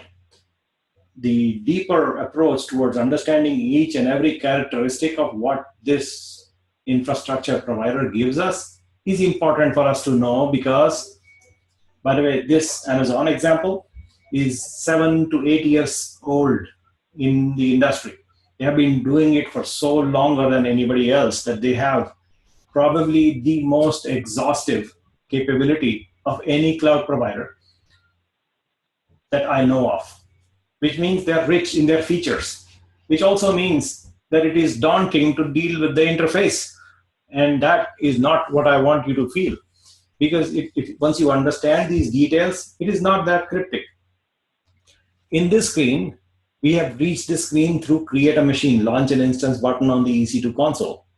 So on the upper left corner here, click EC2, click, and then the blue button, launch an instance, click, select an operating system, click, and then configure details, not the blue button, but configure details. But before we jump, we just selected a bigger machine like M3 medium, like here, to understand what a real life usage scenario would be with SSD hard disk, a decent amount of RAM, and one proper CPU. There are bigger machines available, by the way, but we just want to have a moderately sized machine at an affordable price, and that's this one, M3 medium. So after having selected that, we'll then configure the details of the instance and quickly go through these things in one shot. But then we'll again go into depth on each of these things as to what does that mean to us, to our customers, and why do we care? And there are too many variables, but just bear with me. Too many things to understand and study and comprehend, but just bear with me. I will repeat this many times until each one of you gets it. And if there are still more questions, you are welcome to come back in Slack chat and talk with me. So here, how many machines you want? I want only one. You can get more. If you get more, you need to pay for that. So they'll charge you on a credit card. So just be careful. Ask for only one machine. There is a purchasing option thing, and this we will cover at a later time, this idea. Next one is the network choice. And in my example, I have a do not use thing, default do not use thing. I have a network called Cloud Genius VPC, and I have another DC VPC. So two VPCs available, and a third VPC given to me by default that I told to myself, do not use. In your example, if you are looking at this screen on your account, you will probably not have the last two. You will probably have just this called default. And that is okay to use. In my example, I have labeled it do not use for a specific reason that I will tell you later. But for right now, I will use it because that is exactly what you have. And I want to show you exactly what you will see. In the next example is the idea of a subnet. In here, you can select multiple subnets for which we have a detailed discussion planned for in another day. But for right now, I don't want to indicate any preference because whatever I have, whatever they give me is okay. I don't care which subnet do I get allocated to. So I just say no preference. And then automatically assign a public IP to me is important because if I don't have a public IP, I cannot connect to my own machine. And I don't want to do that. So I want to actually actively say, yes, please enable a public IP for me. And rest of the behavior, rest of these details correspond to IAM role, which we will cover later. Shutdown behavior. When I shut down the machine, I want the machine to stop or terminate. Terminate means die. Stop means I can restart, but I still get a bill even if it is stopped. So if you want to stop the bill, you want to terminate. If you want to actually just pause or shut down or restart, you want to use this choice, stop choice. Terminate means it will disappear. The machine will go away. Bye-bye. You don't want that. But in certain cases, you might. So they have the choice. And then accidental protection. You want to protect yourself under certain cases, but not all cases. So you can leave it blank. Monitoring. They have a different service for monitoring cloud machine that you can select, and it means additional bill. So you can skip that for now. So don't select. And tenancy. Tenancy means that am I running on same physical box that my neighbors and my competitors will be running on? Answer is yes or no. If you say shared, your competitors might be running on the same box right next to you. If you say dedicated, it will charge you additionally. If you say dedicated on a dedicated host, it will get a complete hardware machine for you and charge you even more. So just remember that shared is good enough for now for our example. So with this understanding, one more thing that I want to clarify is this idea of a VPC, and we will get to that pretty soon. But for now, you need to know that everything in Amazon or most cloud providers is running inside a virtual private cloud. Virtual, as in it is not real. Not real. It is private, meaning it is yours. Nobody else can get into it. And cloud, as in it is away from you. It's not in your building, not necessarily in your building. And it is not real, meaning it doesn't exist in your property. It's far, far away somewhere from you. You don't need to know where it is, but it works as if it is yours. That's the idea for virtual private cloud. A simple analogy to VPC is that of an island. So an island is like Australia. Just making a really big island, Australia. So it's a huge, huge island, but If you want to go to that island, you need to fly into the country or take a ship and then reach the shores. But there is no other way unless you create a separate tunnel. In that case, you can possibly walk underground and then reach in the land. Those are possible venues of traveling to that island, right? That's how you can think of is how a VPC is. You can either fly or take a ship or walk or drive on the land inside a tunnel underground and then reach. So 3 approaches similar to that idea. In an island called a virtual private cloud, you have a VPC and you have some machines here and some machines here. You cannot connect to them because there are alligators in the water. You cannot go there. Right? All around this island, there are alligators. So you cannot swim. You cannot go. The only way to reach there is through some kind of a tunnel. And that we need to establish. And once you have a tunnel established, you can virtually go there. Virtually. And so we will do that momentarily in a subsequent step. So that's the idea behind a VPC. A quick question for you. Did you have a chance to read these things already? I know some of you have, others haven't. But I would like to make sure that you actually do, because there are certain things that I am assuming that you have seen, at least the initial module. So I just want to point out that I would like you to review, or if not, this section at least, module number 1 and 2. I think at least a couple of you have seen it already, and that is good. I would like everybody to see these things. It's very short, very quick, doesn't take too much time, but I want you to read that because it helps me in not having to repeat certain things.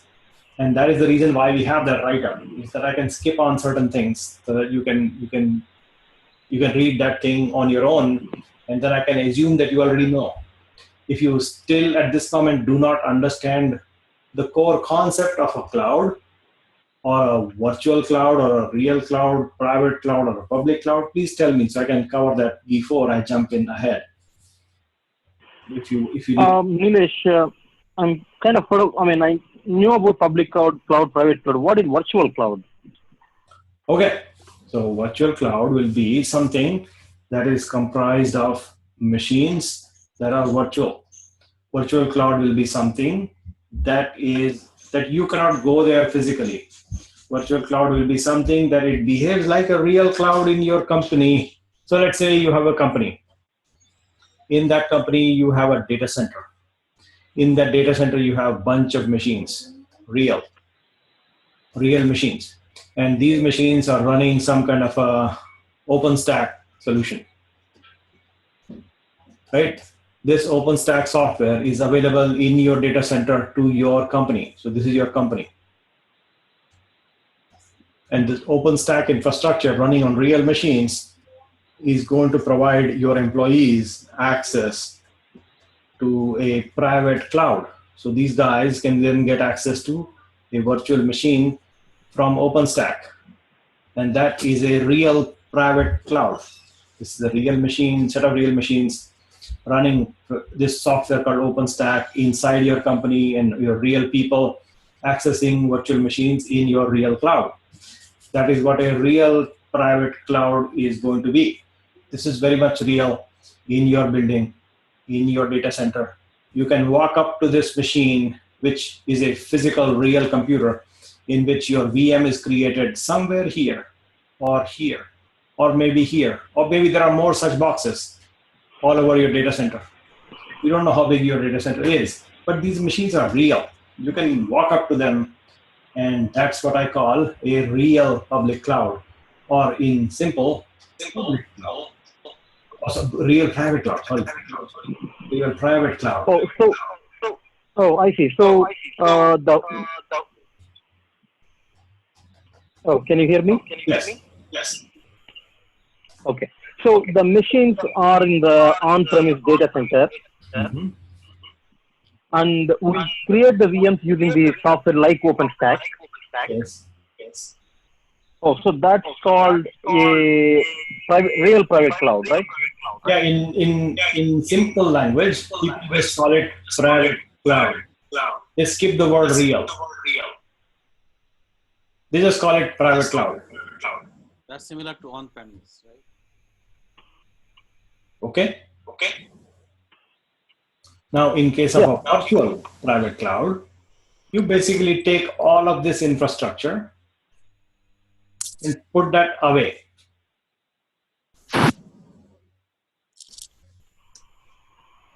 See that? Okay. Try it again. Let me try it again. So simple. Here, VPC versus real private cloud. Write it again. Hold on. Do it again. Real private cloud. In short, people call it private cloud. Okay. Okay. The other example is virtual private cloud. VPC. That's the name people use it. Okay. Both are private. In this example, you have a data center in your building. In this building, you have machines, actual computers, large ones. These machines are configured to run OpenStack. As an example, this OpenStack software gives you virtual machines on these physical machines. And your people in your company are accessing these VMs. They can walk up to the building in the data center and touch this machine by hand. It is a physical box on which this software runs and gives them VMs. That this guy can do because they are all in the company. Whereas in a virtual cloud, you still have your building. You may not have a data center missing, machine missing, OpenStack not needed, VM you can still get. How? How do you get? You go to VPC and get the VM from here. And the data center is missing, machines are missing, OpenStack you don't need. You're basically outsourcing this to somebody like Amazon or Google or Microsoft. And it is outsourced to, say, AWS. You still have your building, but in the building, what you have is this dude. And the dude has a laptop. And the dude connects to this virtual machine that is actually here. And they are happy about it because they don't have to do this work. And so what I'm saying is, if you don't want to do this work, you can still get what you have in a building, in your data center, all the machines and all the exact thing, and whatever these people actually get, the VM. The only difference is that this dude cannot walk up here and inside the virtual private cloud because Amazon will not let you there. They will not let you go there at all. That is virtual. Okay, Nilesh. Yeah. Nilesh, do you hear me? Yes. Okay. So we can say real private cloud is similar as on-premise? Yes. Okay. It is exactly the same as on-premise. The word, by the way, is not premise, but premises. Premises, okay. Yeah, the word is not premise. This S is important. It is not plural. The word is premises. Premises means building, location. Okay. Right. Yes, it is exactly the same as on-premises. Okay? Okay. Whereas in VPC, like in this example, where is that? Here, you have this VPC there. Let's go see the VPC itself. So in Amazon, there is a button at the bottom called Networking VPC. And here, you can create a VPC by click of a button. All of this, like I showed you here, all of this that I deleted, basically, you can create all this with the click of a button with no charge. Here we go. Let's do it. Start a VPC, select, and give it a name. Call it Badal, and say create. And there we go. We have it. I just did the whole thing that I wanted, and I did not spend a single cent. And I created all of this. I just created a VPC. And it took me like half a second. And I have now access to machines that are somewhere physical. They're not in my building. I have something like OpenStack. It's called the Amazon Web Services. They use a software called Zen, which is also open source, similar to OpenStack. And they are going to give me these machines all inside a secure virtual private cloud that I just created right here. It's called Badal. And by the way, when I get rid of this other VPC that I don't want, I can just delete it, like here, and say delete VPC and delete everything and go bye-bye. And I killed it, and it dies. So it's as simple as that. But imagine the amount of capability that I get by using cloud services is that I can actually construct all of this in click of a button, and I get without charge, no charge, just for creating a VPC, there's no charge because it's all software. And I am deleting my VPC that I had before, and I have now a new VPC called Badal, and that is available to me right here. And I will walk you through the details behind what it means at a subsequent time. But right now, what I want to be able to do is to finish the discussion we were having, which is EC2, launch a machine, and select the OS, select M3 medium, which is going to be reasonable here, and then configure details, get one box.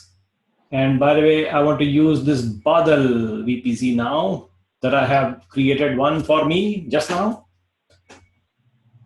And I want to automatically assign a public IP address. Yes, yes, yes, because otherwise I cannot connect to it. So remember, automatically assign a public IP is very, very important. And then I add some storage. In adding some storage, I can select how big the disk should be, 100 GB or 32 GB or 8 GB, whether I want it to be SSD or magnetic disk, slow disk or SSD disk, or even high performing SSD disk. So I can choose the number of IOPS I want. So maybe I can go higher, and for a 100 GB disk, I can possibly select, say, 3000 IO per second. And then I just added a very high performing SSD with a decent amount of IO per second for a good amount of size. And then I tag my instance to be whatever I want. So my name should be Badal. And then I configure security groups. So we are walking through these step sequence, by the way. Choose a machine image. Yeah. Nilesh, Salam here. Yes. Okay, more? Yeah, hi. Those IOPS, like, is there any measurement? Is there any formula that I can get an idea how many IOPS I need? Yes. For any yes. instances? Okay. Yes. The answer is again similar to what I gave you earlier. If your disk is getting hit hard, you should get a faster IO per second disk. How do you tell that? You go to running the disk metrics. For example, in let's see, if you have I'll show you a disk measurement tool also. But for now, if you see that out of 0 through 100 of disk performance, if you are throttling too many IOPS are happening, say 85% of the total capacity that the disk can actually accomplish. So the disk is capable of doing, say, 3000 IO per second. It's a very fast disk. and you are hitting this threshold 85%. Because if your disk activity is intense and it is heavy, your disk performance is going to get full or almost full. In that case, you know that you need more I/O per second. So you should consider bigger disk. In other cases, if you actually have a very low performing disk activity, for example, let me see if I can find some real example of disk activity in a real computer. So I'm going to connect to a cloud machine again and see if stop will give us some disk activity. No, it doesn't tell us quick. Not in this setup, but there is another software I can pull up that will show us quick disk activity. And the answer to your question is, if the machine application is such that it is accessing disk, reading and writing too much. For example, you're watching videos. In that case, the data stored on the disk is getting read too much. So like people watching YouTube, the YouTube disks, the data is being read quite a lot because people are constantly watching videos. Whereas the other hand, the writing performance, this is the write performance of a disk, this is the read performance of a disk. So people are reading from the disk quite a bit, but not many people actually upload their videos to YouTube. As many as people who watch videos are far more in number than those who create videos. So the write performance need for YouTube application, the disk infrastructure, is relatively low compared to what people do in reading. So you want to actually identify those characteristics of the application depending on what the need for the users is, and then appropriately adjust the characteristic of the disk for write performance and for read performance. Another example, banking operations. You go to some bank, you log in, you do a transaction. So send a check, electronic check to my credit card company. Say I spent $23. So send that $23 to pay off my credit card balance. Great, that transaction just happened. So those kind of activities that happen in banking or online transaction processing, and they are small size reads and writes, small read and small write to the disk. And so such applications require the disk to be very agile because you don't want to miss any transaction, and you want to be able to handle hundreds and thousands of simultaneous bank users, bank customers, constantly read and write small bits and pieces of information on the disk, which is a critically important thing, such as paying a credit card bill using your bank's website. And that activity requires a slightly different kind of a disk characteristic compared to what you discussed here in YouTube, where videos are being uploaded and read and reviewed. So in video download or streaming, if there's a glitch, people will not even notice that the video glitched, because the glitch can be so small that people will ignore or not even notice the fact that there was a video glitch in the YouTube play, and they'll just move on. Whereas if there is a glitch and the check did not go in time to the credit card, then we have a problem to deal with, and we don't want that problem. So it's a different type of disk characteristic. So that's what you should study when you are selecting the type of disk that you want to connect. And that is where, in a banking transaction, I would choose something like this. Whereas for general purpose, regular web usage, I will go with this disk. And I don't even know why they still have this option, because the pricing is not different. And I don't know who actually selects the magnetic disk. And it's not even a default, but it's there as a choice. It should be removed, I think, in today, 2016. But this is not my company, so I don't care. I focus on what I want, one of these two, and I select that. And I move on. Then I tag my instance, call it Badal, and then I configure my security groups, which is what I want to discuss next. And then we review. And when we review and we launch, we get a machine. So these characteristics that we look at on the top line, these things basically are choosing the OS, choosing the instance type, configuring the instance, meaning which VPC should it go to. Like you saw in before, the VPC can be any of these things. but I chose that I want to put this machine in the Badal VPC. And so any item that is in the Badal VPC is separate. So I have this VPC called Badal, and I have another VPC called Cloud Genius. I can have machines sit here, and it is completely isolated from machines sitting here. They don't talk to each other at all. Even if they may have the same private key, they will not be able to connect to each other because it's an island.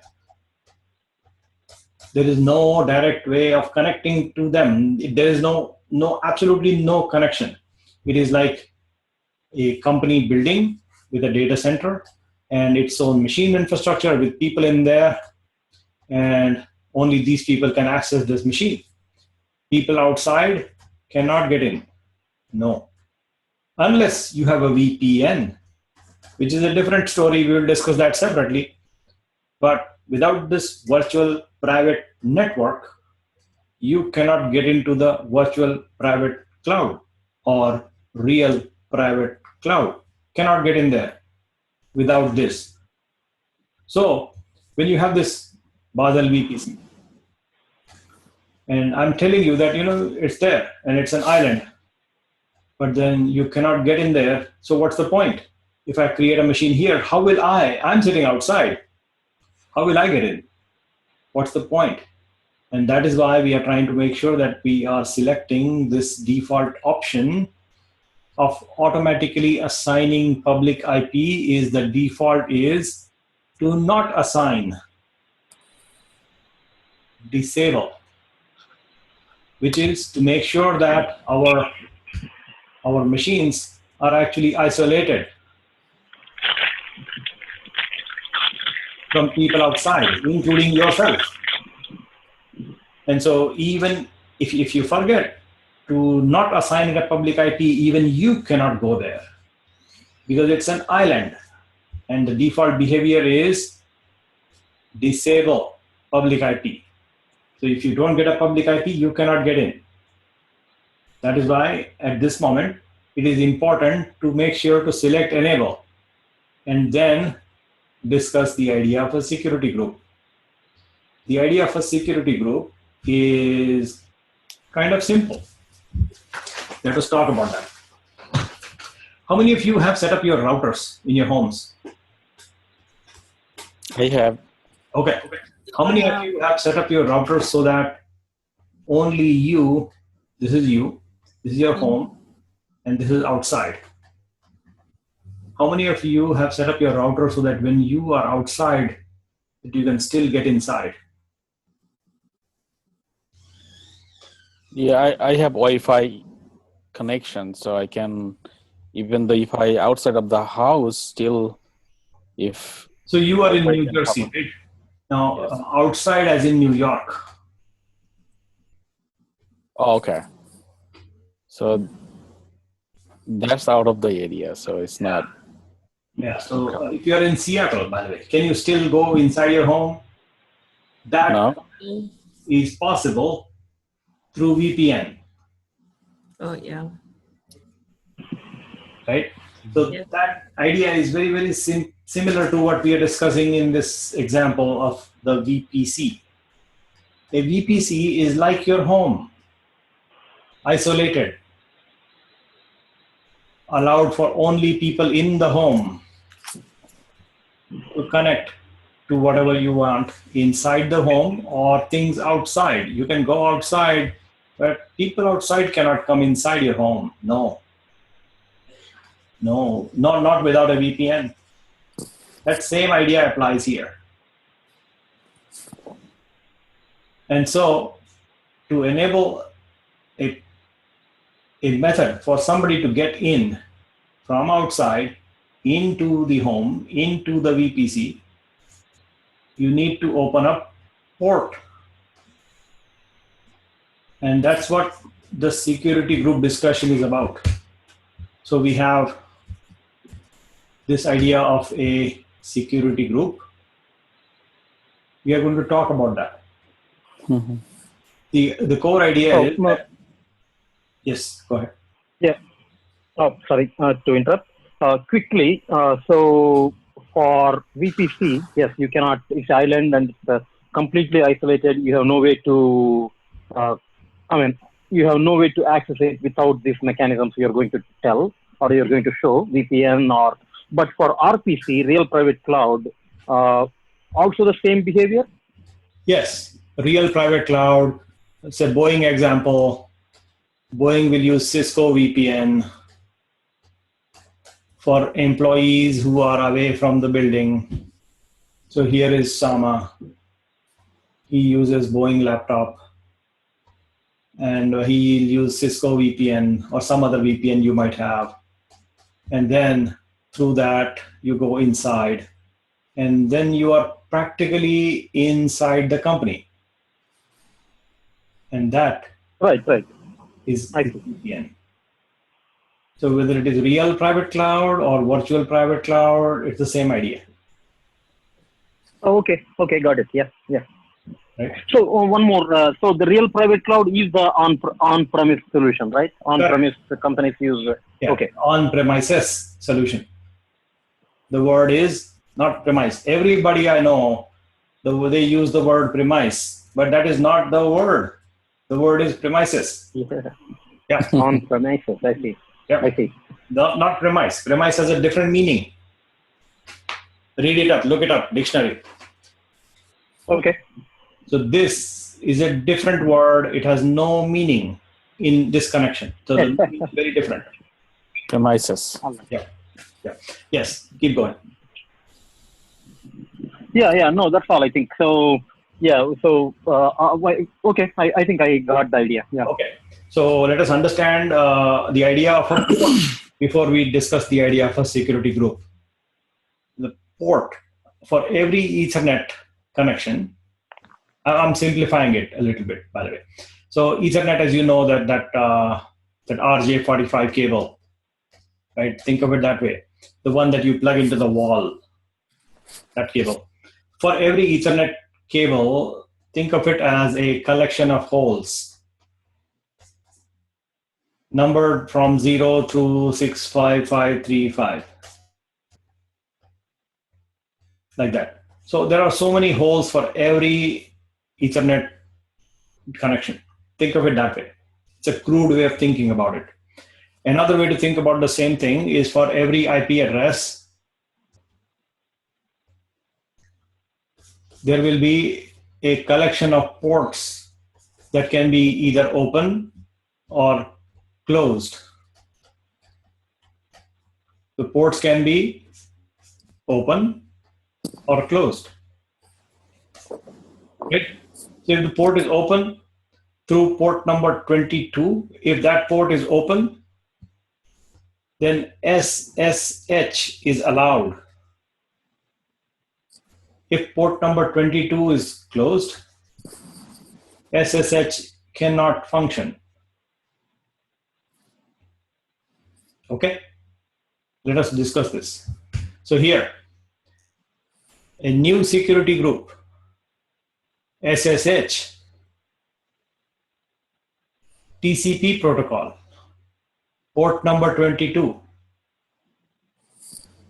allow from anywhere. This aspect needs to be understood that, if you want to allow it only from my IP address, which happens to be this exact IP address in my office, this one, then the rule will be to allow for SSH access on port number 22 only from this building, nowhere else. Whereas I can select that, make it custom IP address and make it all the Boeing addresses. I can put the Boeing IP address range here and all the machines inside Boeing can then connect. Or I can say that anybody on the internet, anywhere on the internet, it becomes 0. And therefore, it is giving us a warning. Rules with source of 0000 allow all IP addresses in the entire internet to access your instance. We recommend setting security group to allow for access from known IP addresses only. So allow it only from my IP address. This is my machine. Maybe allow it for my company IP address range because it is our company's machine.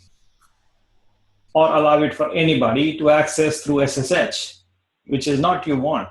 But I'm just doing it for now as an example. But I want you to remember that these things are important as to who can access. The source. The destination will be your box and the box that you will create. So this is the box that you will generate in Amazon Web Services. It will have an IP address. And on that, we are deciding whether port number 22 should be open or not, or closed. So one of these two. And then on that decision, open from which source. So the source idea essentially is, can I access it from this building? Is one possibility. Our company building is another possibility. Or anybody on the internet is the third possibility. So these can be three sources who can connect because the port is open. And when the port number 22 is open, you can connect through SSH to this IP address that you create in the Amazon console, that machine, right? So these three scenarios that you have, and there is an association between number 22 and the SSH software. Every software will have some port to use. So in Wikipedia, there is a list of port numbers commonly used for a variety of protocols. So here, 0, 1, 2, 3, whole line is available. All the numbers are published here, where you can read as to which port is used for what. And so if you look at 22, you will find that it is used for secure shell, SSH. You will find port number 80,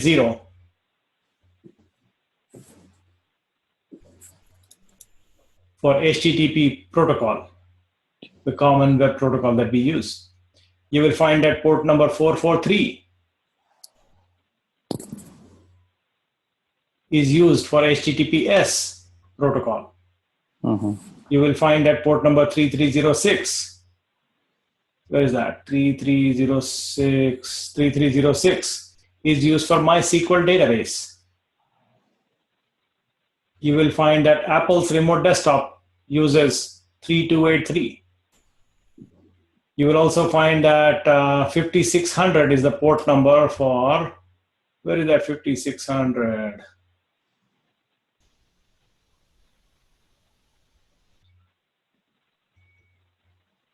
Hold on, RDP. Remote desktop. 5500, it was not 5600, but 5500 was VNC, virtual network computing. VNC remote desktop protocol 5800, I've missed the number. And by the way, these numbers are customizable. You can actually have a different port used as an override. You can change the port you want. PowerShell default ports are available, CouchDB servers. So variety of applications have chosen their default ports. These are just the default ports. You don't have to use them, but you typically use them. You don't have to. You can change it if you like. How you change it? In configuration. You can say that I want to use SSH not on port number 22, but on port number 37536. And that is also okay. You just have to know it, and you just have to tell SSH to do it. Then it will work.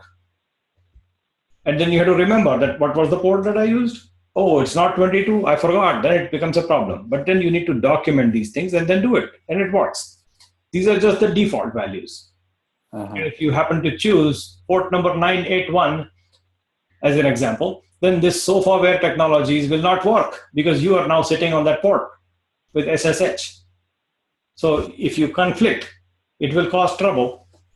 So you need to know what you're doing when you change, right? Exactly.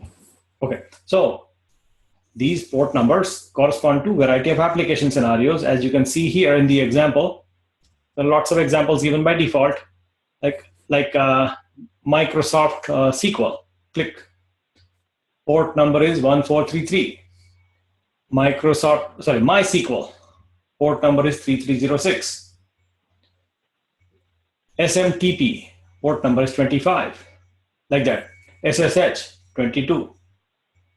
Or other things. PostgreSQL 5432. Like that. You can select. There are some defaults available. But if you don't remember, or if the default is not listed here, you can say, I want to select custom protocol. And here you can say, I want to have TCP. And in the port range, custom TCP rule, and then say port number 22. That also works for SSH, by the way. It doesn't have to have the name SSH. Give me a second.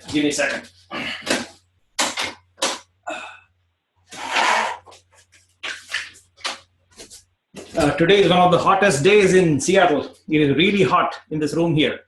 So I just put my blinds on. What you're looking at right now is this SSH 22 will work even if you don't select this manually.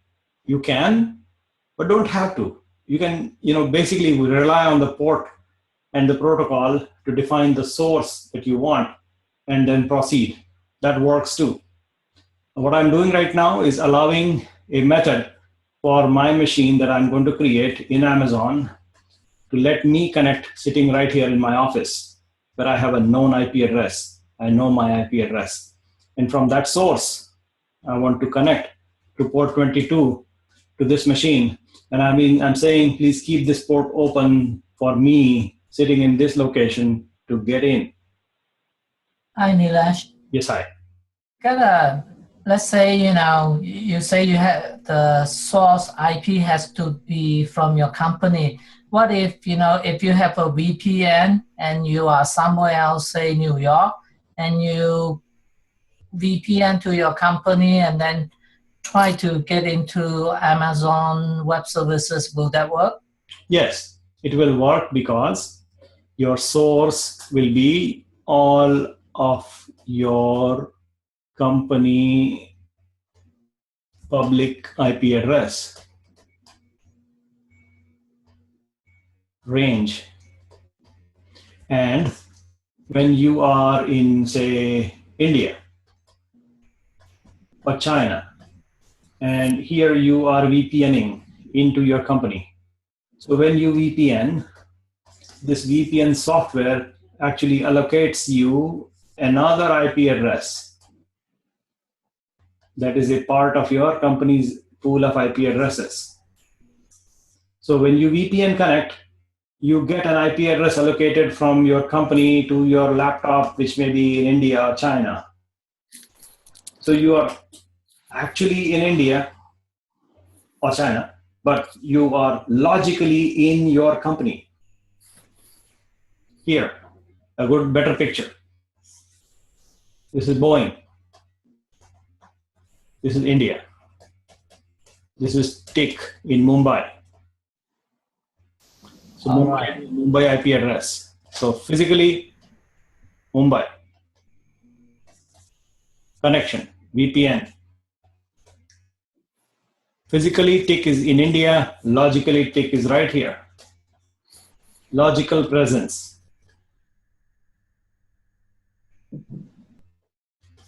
You have a Boeing IP address right now on VPN. So it will just work because this VPN software actually gives you an IP address, a logical presence inside the company network. We'll see these examples, and we will set up a VPN Docker container and connect to it, and you will see this happening in real life. There's an exercise coming up. We will have a VPN set up in VPC, and you will see it, you will do it. So wait for it, it's coming. So right now, my IP selected, 22 selected, and all that good stuff. So we chose the AMI, chose the type, machine configuration, storage, all that good stuff. So let's review. AMI, we know Ubuntu. Machine instance type, we chose M3 medium if I remember right. And that is M3 medium, there we go. And then next, it is in the Badal VPC, and IP address automatically assigned is public IP, which means please let me get the machine access. Otherwise, I cannot get there. It is a island, right? It's an island. So give me this machine actually on the edge. So give me a public IP, so that I can actually connect to it directly. And we are doing it only for like first 2 or 3 times, and then we will stop doing it, and we will have an underground tunnel established like this that will go under the covers, go inside, and we will do that exercise momentarily. But right now, just get a public IP. Subsequently, we will not get a public IP. We will say, no, we don't care. Just don't give me any public IP, and I will still be able to connect to it through another method. We'll talk about that. It's called tunneling, SSH tunneling. We'll get to that soon. So this idea of disable will not work because we do not have a tunnel quite yet, but we will enable getting a public IP so that we can actually get a public facing IP address and then connect to it. Add some storage. We'll get some 8 GB is good enough, and general purpose disk is okay. But I just illustrated to you that you can get a bigger, faster disk if you like. Tagging the instance and then configure security groups.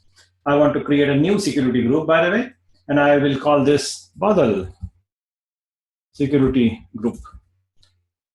And in that rule, I have only one rule to allow 22 access to my IP address. And I review and launch. And when I'm ready to launch, I'll say click, and I'll say choose an existing key pair, and I want to select this one, and I know I have it. Forget the .pem.pub. I have the file. Extensions do not matter. And I will launch. So now I get a new machine. It is going to be an M3 medium. Not a cheap machine, M3 medium, big size. And here we have our security groups called Badal security group right there.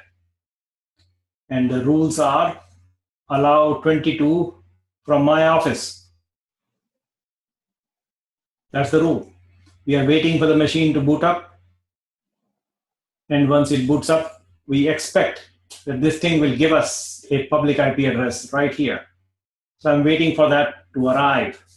And now we have it. We also notice. Sorry to interrupt. So you just showed that connect from my IP address. Where did you get that from? Okay. So when you launch an instance, another instance, by the way, launch an instance, select, configure, add some storage, tag instance, security group. And here you select to create a new security group. And here you select drop down my IP. Right, sure. So yeah, but in the instance configuration, instance details, after you launch it, you showed somewhere, right? I can show you that again. So go back to the instance I created, go to EC2, go to the instance I have now running, M3 medium, this one. And in there, you will see that my security group is Badal security. Oh, I see, that one. And view rules. Okay. Click on the view rules, click. The view rules, click, and okay. Show you this. I see. So and what is the /32? So we'll talk about the IP address /32. Yeah. So here is a session that is recorded already that you should see. /32, right? So module 11 and unit 10, this one. So read that. Okay. That's where you will find what this /32 means. So module 11, unit 10. You will understand what /32 is. This /32. You will get it there. After you read that, we'll talk again. Right? Is that okay? Yeah, sure. Yeah, that should be good. Yeah. Okay. So now I'm going to grab this public IP address, copy, and connect to it.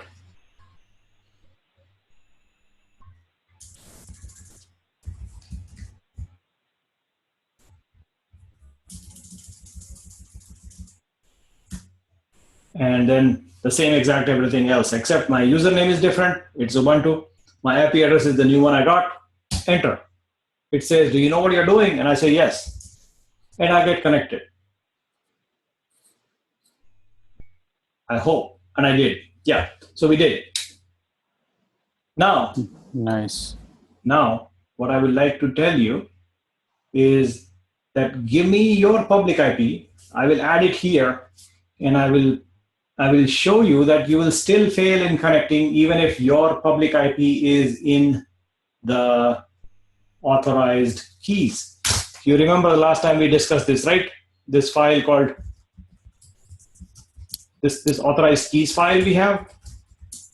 It contains my public key. If I add your public key here, and you will still not be able to connect. Can you tell me why? So I'm going to add your public key right next to this line, and just like the last time, it worked. This time, it will not work. Tell me why. I think because your IP address is not whitelisted. That's right. Bingo. I did not get the person who said that. This is Sri. Hi, Sri. So yes, you're right. My IP address is different from your IP address, and the machine rule allows only me to connect, not anybody else. And so unless I go back to my security group and modify it like this. Oh, so that means the public key has the knowledge of the IP address also. No. The security group knows that my inbound rules are to allow only from my office. Oh, I see. Okay, got it. So security group, I need to change and say, okay, anywhere, fine. And now it is okay. Source becomes 000/0. Anybody can come in as long as they have the private key that has a corresponding copy in the authorized keys, they can connect. But you still need to have the private key corresponding to this public key or any other public key that is authorized. Then you need to also make sure that this source is clear. If the source is not clear and is limited to only my company or only my location, then even if I expose my private key, right now, nobody can connect to this box because the source is not allowed.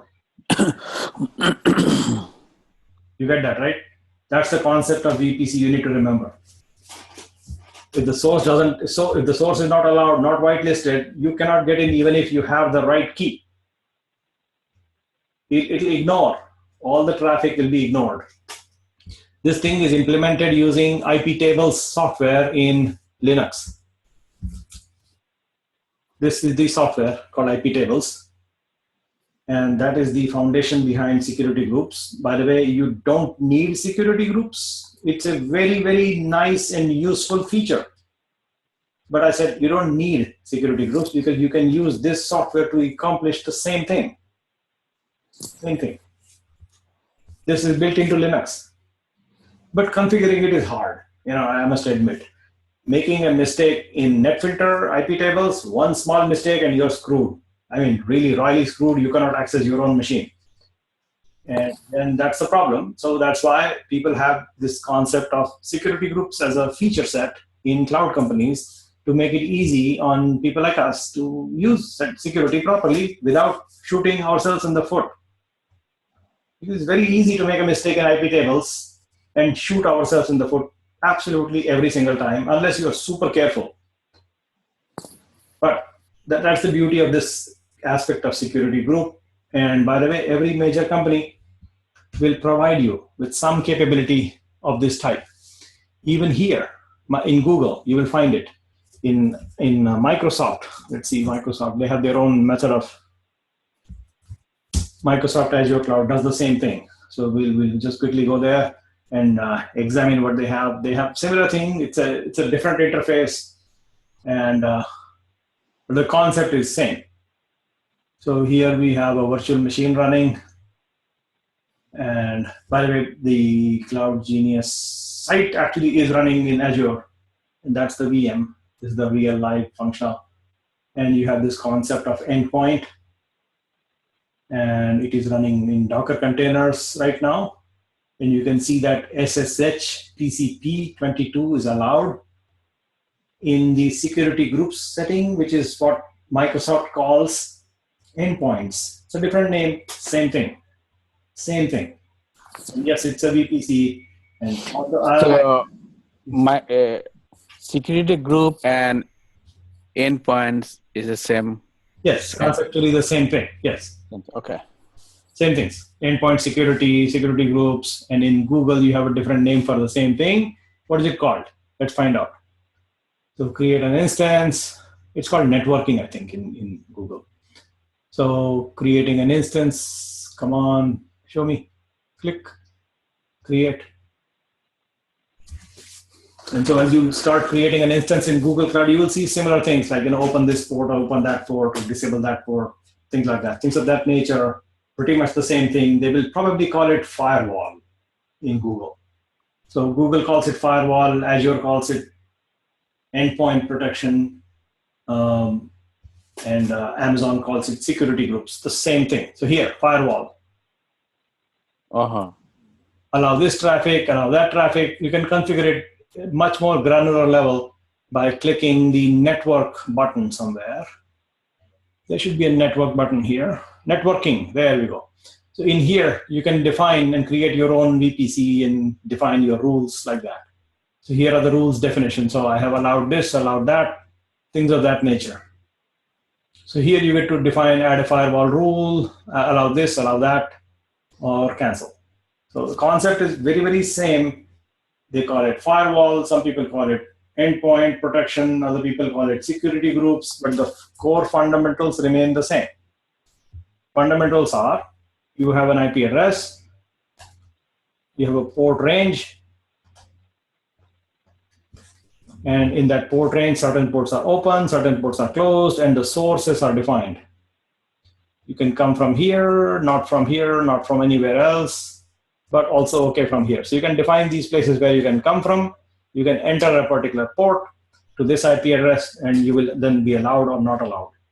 That's the fundamental concept. You can call it whatever, endpoint, security group, firewall, you name it. And certain clouds do not have such a thing, like this one, this DigitalOcean. They're not worried about firewall because this cloud is actually designed for developers. So they know that the developers know what they're doing. So they don't even worry about these things. They have not given any such thing, what is known as a properly configured firewall. They're a very small, focused company that does one thing, which is to provide you the fastest, cheapest machine, and they don't do any other thing. Just absolutely not. They know what they're doing, and that's exactly what they do. And then they don't spend any time and effort in other fancy features, and that makes it very popular, by the way. So if you look at this company, and you will find some of the testimonials, they have stellar customers, big ones, who are basically developers.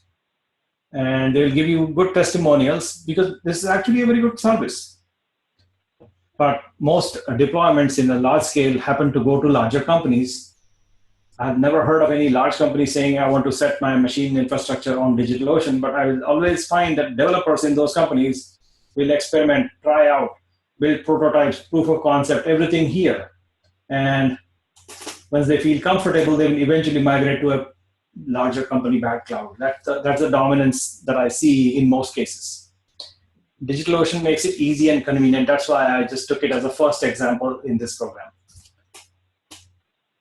It is a fully functional cloud. It just is different. So just have to realize that it is different.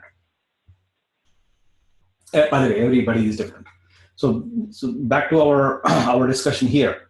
We have that machine that we connected to. There is a running instance here. And you understand the aspect of security group by now. So what I would like to now understand from you is that first thing first, I want to make sure that you terminate the machine when you don't need it anymore. So you remember this one thing. And in most cases in the past several years, I've seen people forget to delete their machines, to terminate their boxes. And then somebody will get hit with a big bill, like, $20, $30 if you're not paying attention. We don't want to waste money. And so remember, terminate. When you're done with the machine, kill it. That's what I just did. Now, at this moment, we still have some time, and I want to review with you what we covered up until now, and I want to tell you what we want to go do next. So let me just quickly get rid of these open windows and go back to my writing notepad here. So our goal was to understand basics of IaaS today. That's what we broadly did. We did compute, storage, and network understanding. We created a variety of sizes of machines, understood the aspect of a couple of different cloud companies. The concept of creating a machine and connecting to them is very, very simple and similar across the board. We understand the idea of key pair, sizing the CPU, sizing the storage from a capacity and I/O performance perspective. This is the number of CPU, speed of CPU. This is the characteristic of size of storage, the characteristic of speed of storage, the characteristic of speed of network, or bandwidth, as we can call it, and also the characteristic of port access and security, which ports are open, which ports are closed, those aspects. We discussed brief idea of what a virtual private cloud is, and how easy and quick it is to build one. And just a half a second click, name and click, that gets you a VPC. We know that VPC is in an island. An island is somewhere you cannot just drive to, but you need to either swim, which has shark or alligators, so you will die if you go directly. It's a figurative speech. But then you need to have another way of actually approaching the island through a tunnel, which is what we will be doing next time, is to establish a tunnel and then connect. We will also understand the idea of what to construct a VPC from scratch, because this click a button to create a VPC is pretty boringly lame, and it doesn't tell us what exactly happened. And that is something that I don't want you to get away with, is that you need to understand nuts and bolts of what exactly goes in building a VPC from scratch without using those buttons. And we will do that by hand. So you can go here, and as you know, in Amazon, and go to my account and click a button to create a VPC, but that's not what we want to do. So there are steps we want to build towards in understanding what constitutes a VPC. And that's going to give us in-depth understanding of the networking related capabilities. We will also discuss the other things here, which are some of the aspects of compute, storage, database, which is also storage, by the way, and networking. And there are new things pop up every single time I look at this page. New services pop up. For example, this Elastic File System is a preview. Some of you may not see it. There are these things, Lambda, they're new, relatively new. Not new to me, but to some of us it may be new. Certain new services have come up that keep popping, and sometimes some of them are in beta or preview mode. So some of us may see them, some of us may not see them. That happens all the time. But from our perspective, we will cover compute, storage, database, and networking capabilities from a variety of cloud companies to understand core capabilities. So there is a question from Tosin. She says, is there a way to get a free tier from any of these service providers without entering credit card information? The answer is no. I don't know of anything, unless, by the way, there is a way for Boeing employees to do it, to find out. I'll tell you what exactly to do for Boeing people.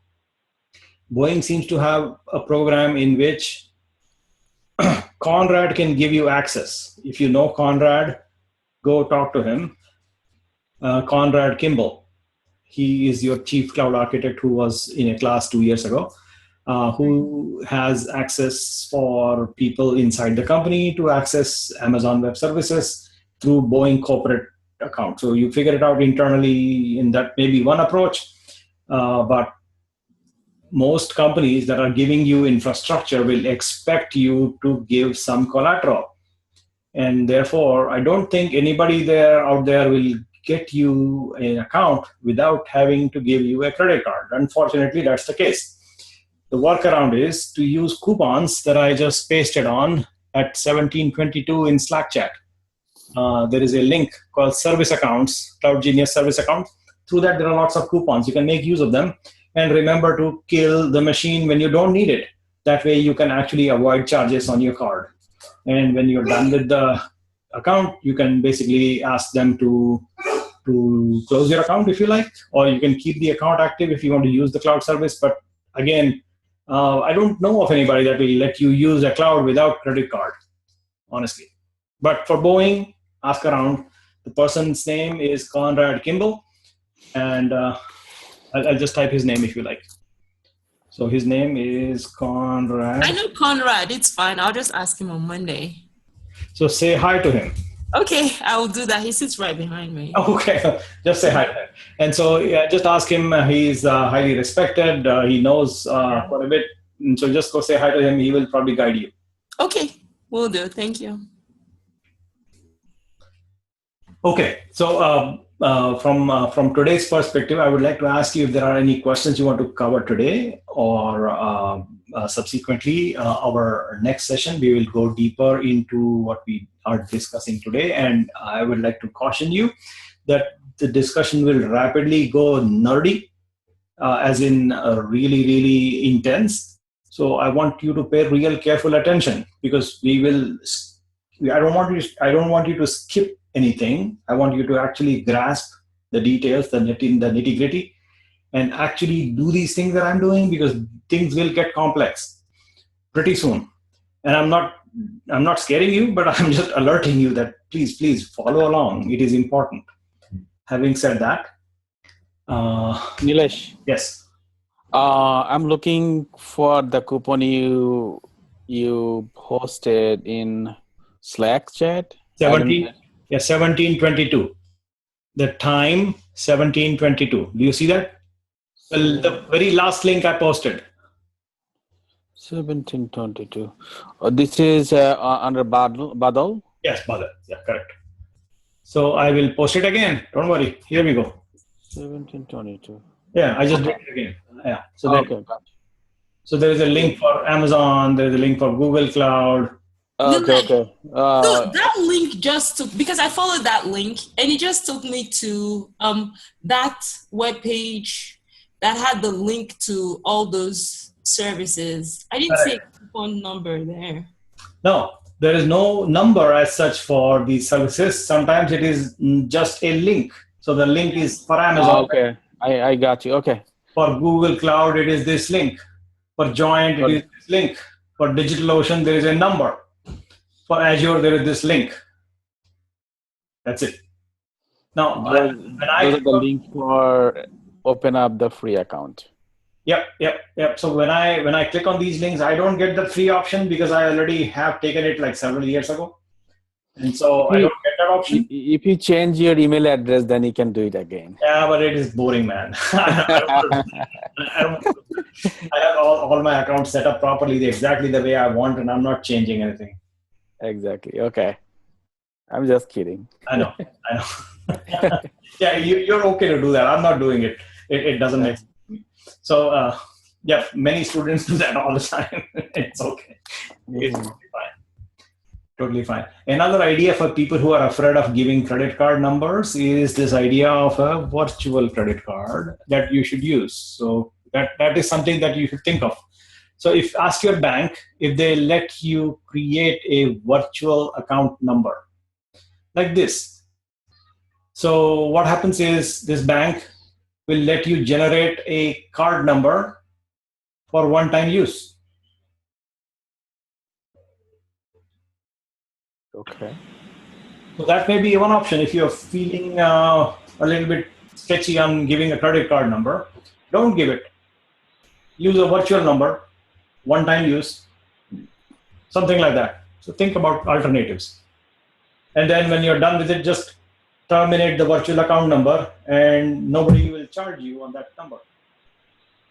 That's a possibility. So nobody can charge in my real account with that. Exactly. In the virtual account number, you can delete the account number, completely goes away. And then even if somebody has their account, they cannot put a charge on your account because the card account number itself is invalid. Ah, cool. I didn't know that. Virtual account number. So certain banks will allow you to do that. So ask for your bank. Do you allow this thing called virtual account numbers?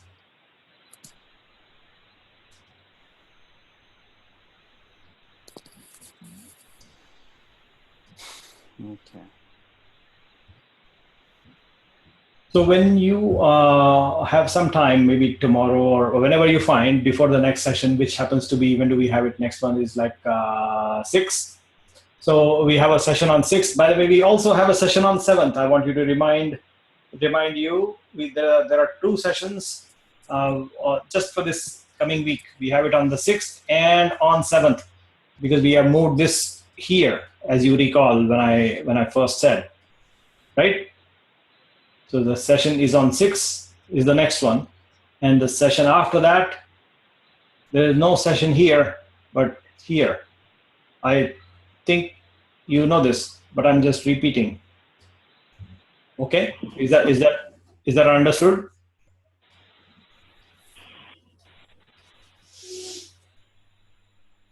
I hope this is clear, right? Yes. Okay, good, Yes, good, understood. So that's what I want to do to before June 6th, when you have a weekend before ahead of you, which is, by the way, one of the sunniest weekends we can get possibly in our area. I would like you to spend that sunny. Sorry, that was evil laughter. So what I really want you to do is to log in and then review certain sections, which I ideally want to skip covering because I want you to do it yourself. But if you want me to cover, I will do that. But I would like really to have you view these sections that I'm going to call out. It might sound big, but it is not big. So module number 1, please do that. Number 2, do that, please. Number 3, please do that. 4, do that, please. 5, also read that. 6, we have done some of it. Review that. And then we'll start with the subsequent options. So 1 through 6. Not too long. It will not take too much time. Probably 1 hour. Maybe a little bit more than 1 hour is what it will take to finish through 1 through 6 modules. So please do that before we start the next time.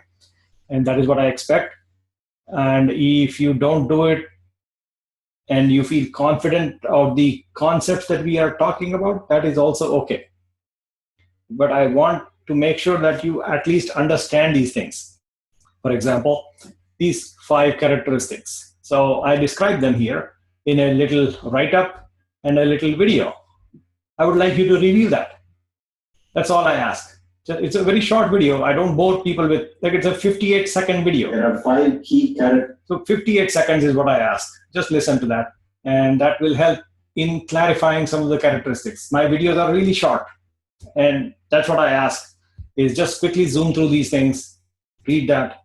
The writings are very small and focused. They get straight to the point without too much here and there, and just get to the point, get the point across. That's what I attempt to do.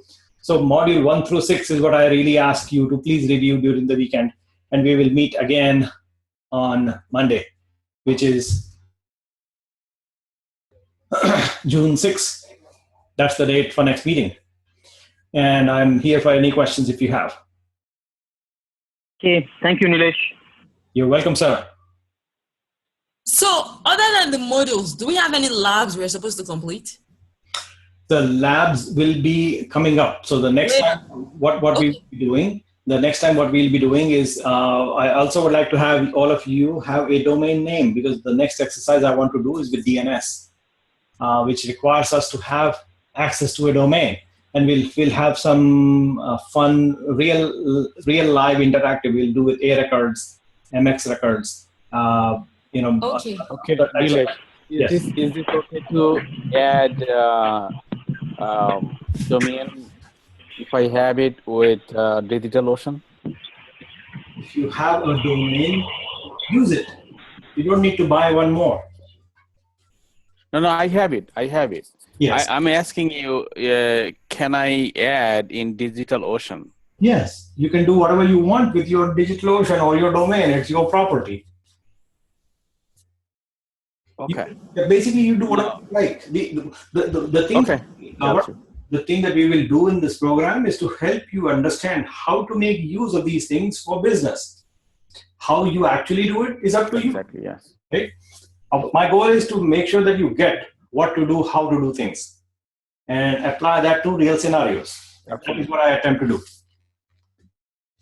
Right? Absolutely, yeah. Cool. It's very nice, yes. Thank you. So, a quick feedback in how was the session today? How did we do? I would like to know. You can tell me right now in chat, one-on-one chat, group chat, whatever works. Because I actively listen for feedback. It was a really good session. Thank you. Tom. Yeah, I like that way you connect it with the practical scenarios, so that helps me to understand, Sweet. so it's, yeah, that's can't find anywhere. So this is good. So like, if we correlate with the practical scenario, so that way, I personally can understand, the technology part. Okay. By the way, there is a PowerPoint deck that I have pasted in Slack chat. There is a PowerPoint that you should review. But again, to me, PowerPoint can be boring. It doesn't talk. It doesn't do anything. So I have it. I've given it to you. You're welcome to read it. It may be useful. I'm not suggesting that you Sure. actually. Okay, I appreciate that. So that I'm actively building on it. So Nilesh, your video. So where if I need to review your video, so when it's going to be available and where I can find it? So right now I am recording that video as we speak. And so you have reminded me to stop the recording, which is what I'm doing right now. So I'm stopping the